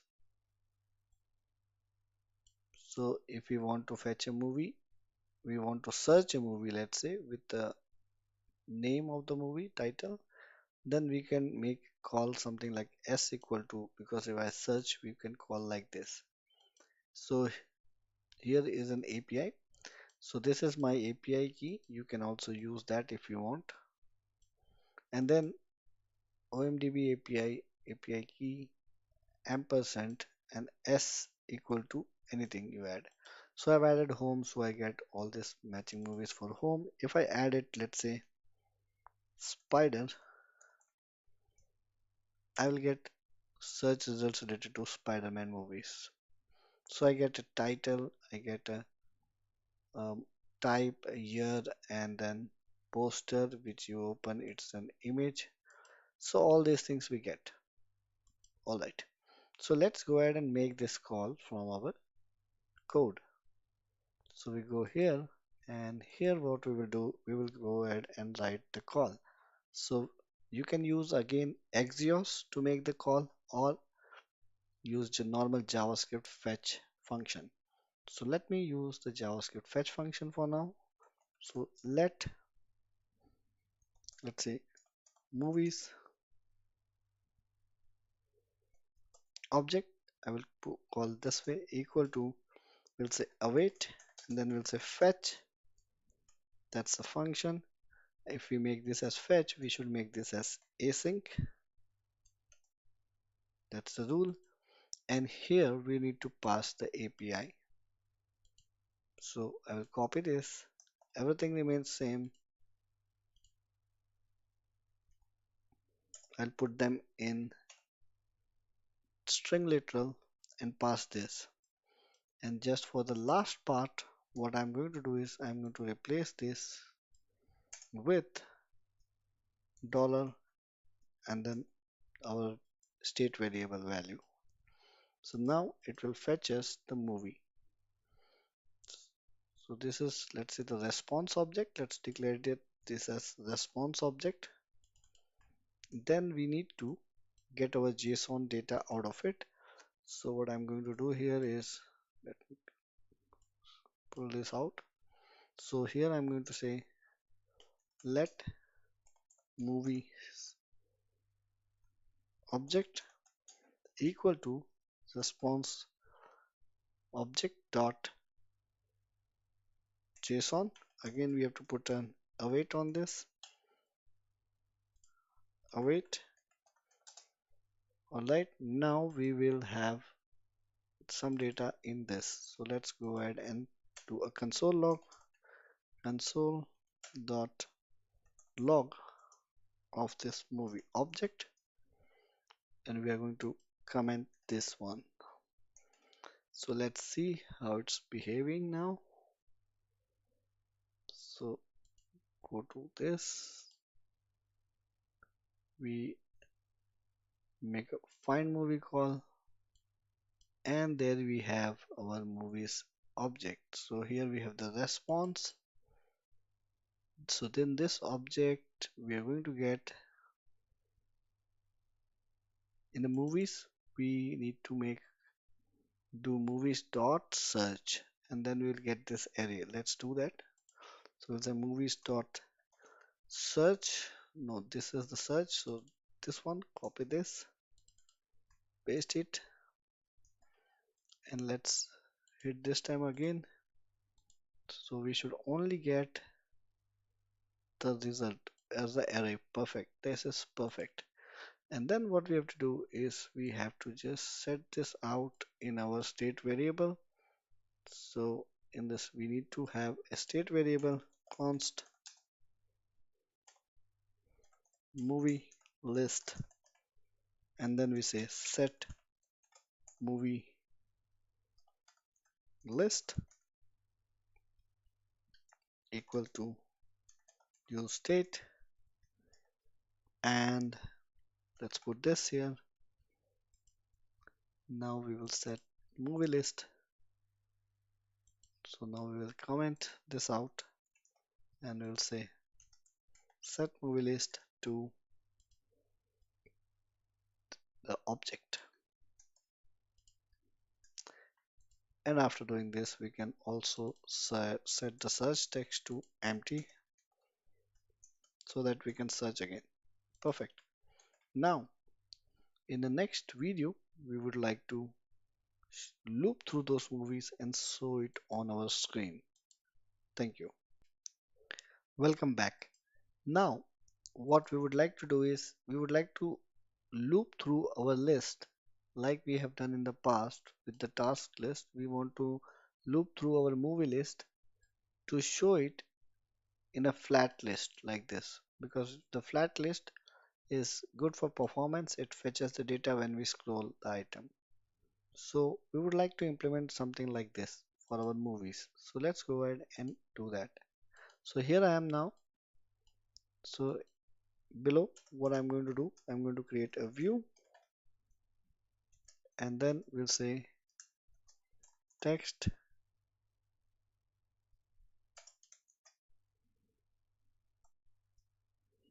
found movies, found matching movies, let's say matching movies. And then what we would do is we will now create the flat list here. So flat list,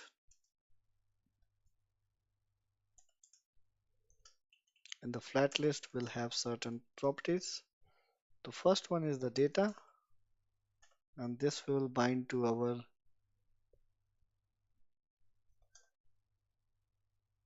state variable, which is the movie list. Copy this, bind that. Then we got our render function, render item, and this is going to be again a callback. So let's have the callback, and in this we'll have the each movie that we get, each movie that we get from the list, and then we are going to create the render item or the text item that we would like to render. So here, let's go ahead and do that. So now in this, what I will do, I will say first text,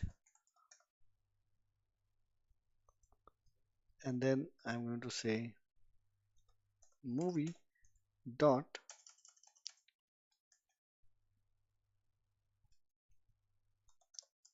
movie dot, and then we have to check what is the field. So title. So let's have movie dot title here. Movie dot title. We could do some styling if we want. So for now, let's see if we are able to get the movies. So we go to the movie, we say home, we say find movies, and we have the error. We have got a problem now. So let's see what is the issue.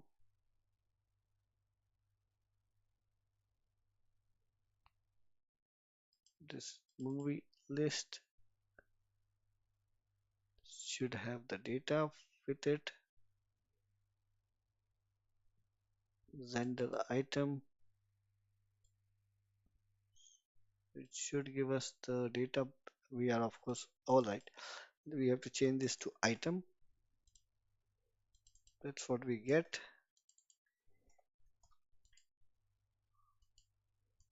Let's try again. So home,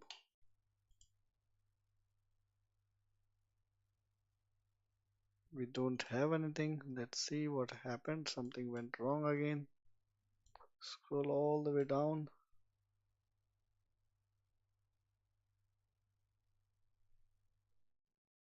Nothing happened.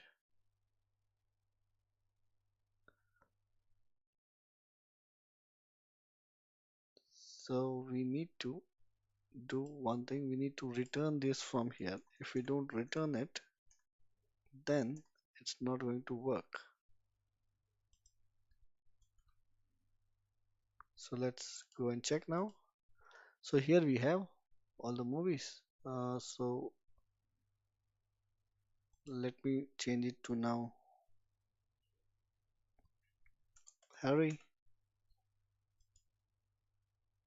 So we have Harry Potter and this part 2, all this matching Harry Potter movies. So now if I would like to wrap this and this and return multiple tag items from this, I can do that. So what I'm going to do now is going to put this, so I can decide to have image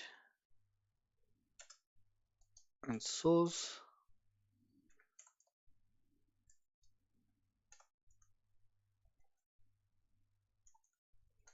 require.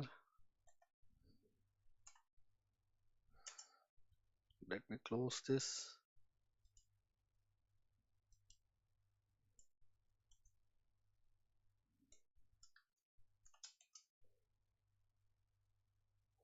Although we have to wrap this again inside a view because that's a rule of React also. We cannot return JSX, it has to be wrapped in a parent. So now this is going to be our JSX. So we have the movie and then let's have the movie release here. So let's see what field it is. So we have the year, YEAR, and in this require we can put the name of poster. So we can say item.poster, although we may have some problems for styling, but let's see. And then we see how it looks. So are there any problems here? Let's see. Require. Looks like we got an error. So for the movie, for the poster, what if I would just not give this one? Because we know that to fetch a movie, if to fetch an image which is part of the assets, we use require. But how do we provide a URL? Because we have a problem here. Cannot find variable image. That is true because we haven't imported it probably. That is correct. So now if we see, dismiss this, let's reload, press R, let's wait for the application, go to movie, let's search for home, find movies. Here we don't see the image, and maybe that is because we still have to give require. Let's go and find out the require.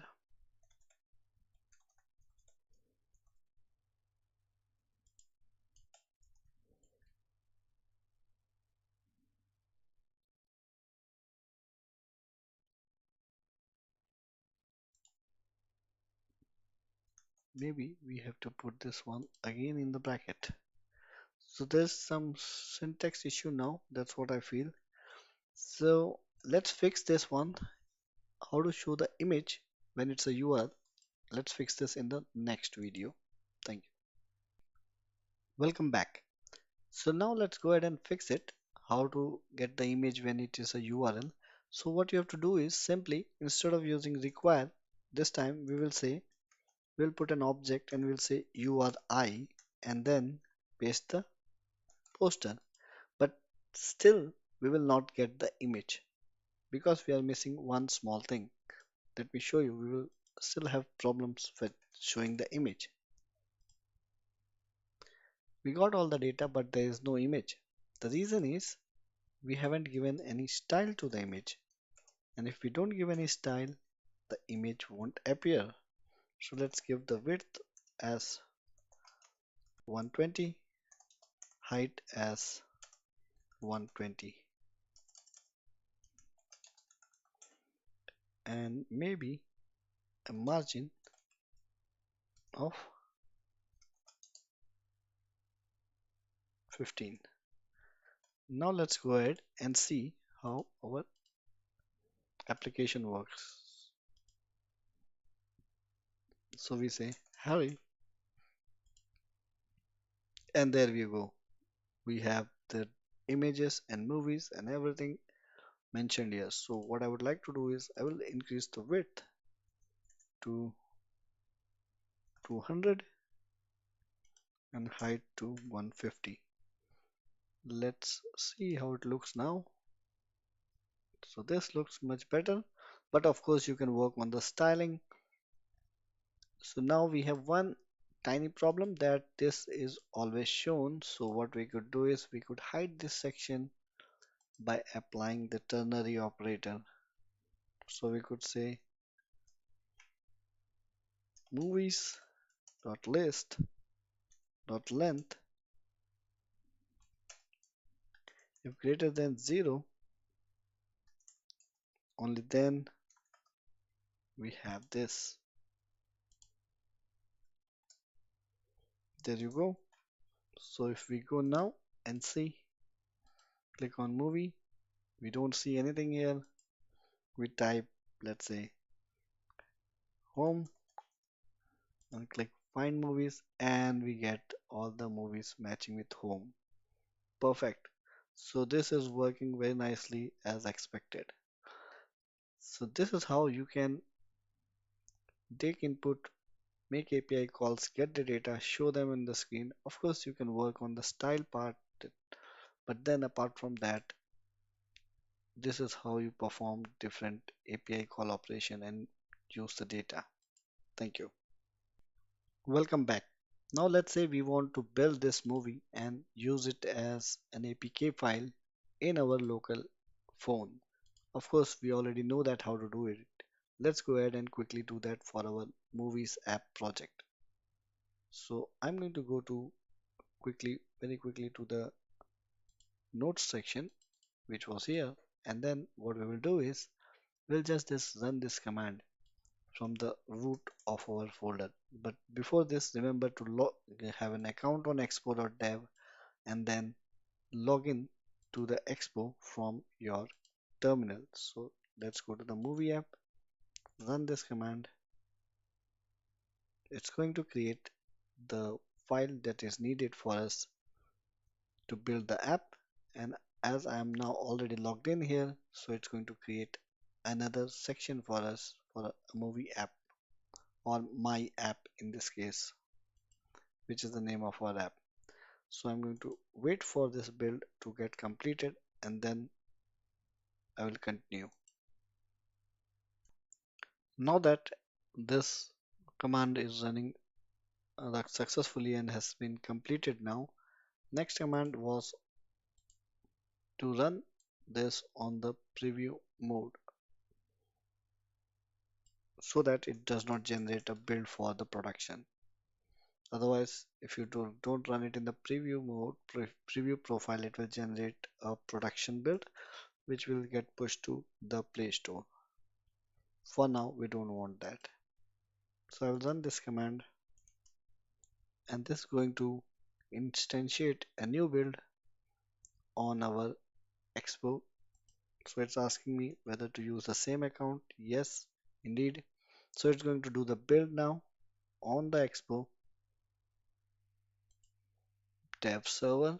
So we can leave this for some time. It takes some time. So we are going to leave this and come back to it when the build is done.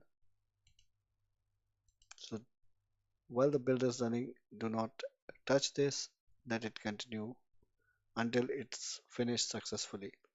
You can also monitor it here. So soon it will also create a new React Native my app RN, and then you can monitor the activity there. So I will see you in the next video when the build is done.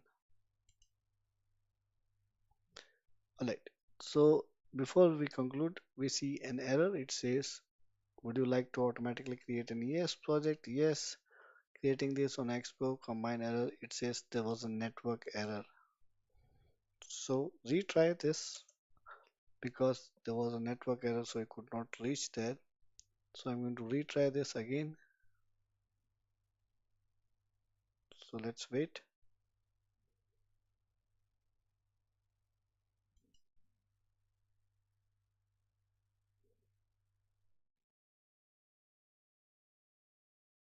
So here it also created this es.json file which was needed, and then we are running the preview profile.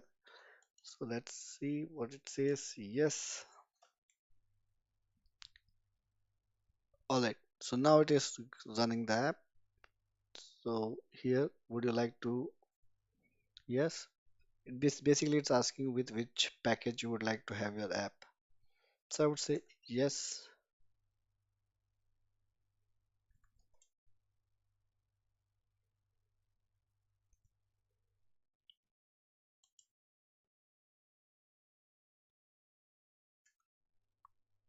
What would you like your Android ID to be?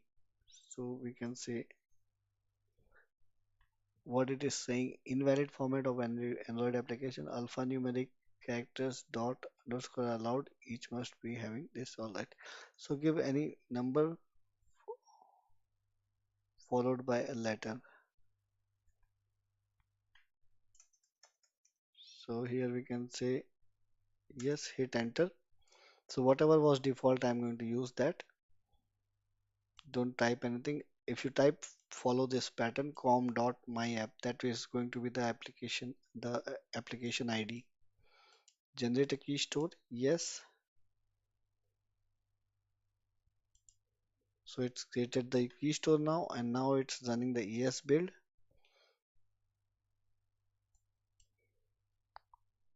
Just be careful about this. So yes, for automatically creating the project for the application ID, just hit enter. And for creating the key store, give yes so that it can upload the build from your computer to the dev server here securely. That's why it's creating the key store. So let's refresh what's happening.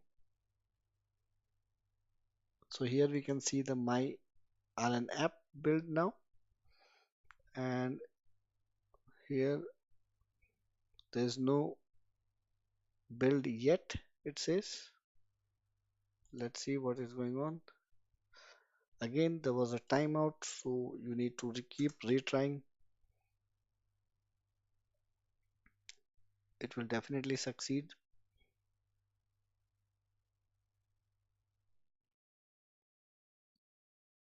Sometimes it's also your network connectivity.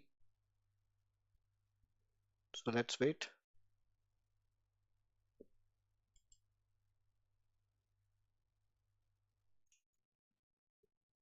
So now it says the build has been successfully started. It is also able to connect now, and now it is doing the build here. So it's now waiting for the build to complete. So if we refresh now here, we should see a build ongoing. So here is our build, which was just started less than a minute ago. And if we click on that, we can see the logs and other things that is happening. So build is waiting in the queue.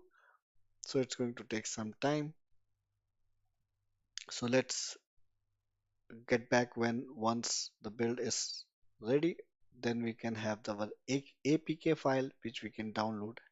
If you want, you can also notify yourself. It's going to send you a notification when this build is done. But we will not wait for the build to complete. It's going to take some time, it says.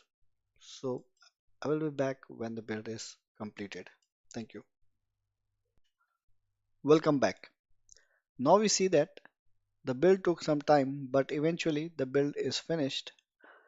And the build took some time because that we are using the free tier of Expo Dev.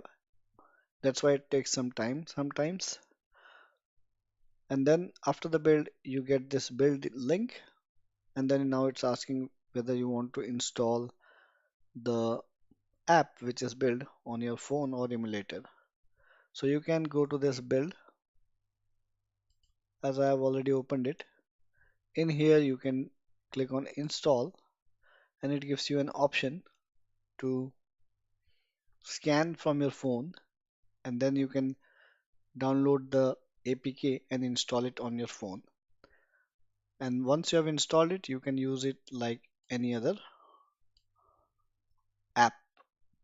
So this is how you can build it in the preview mode and install it on your phone and test it. But if you would like to build it in a release mode for production release, we have already discussed that in the task manager application, so you can follow that steps. So this was it for this video. Thank you.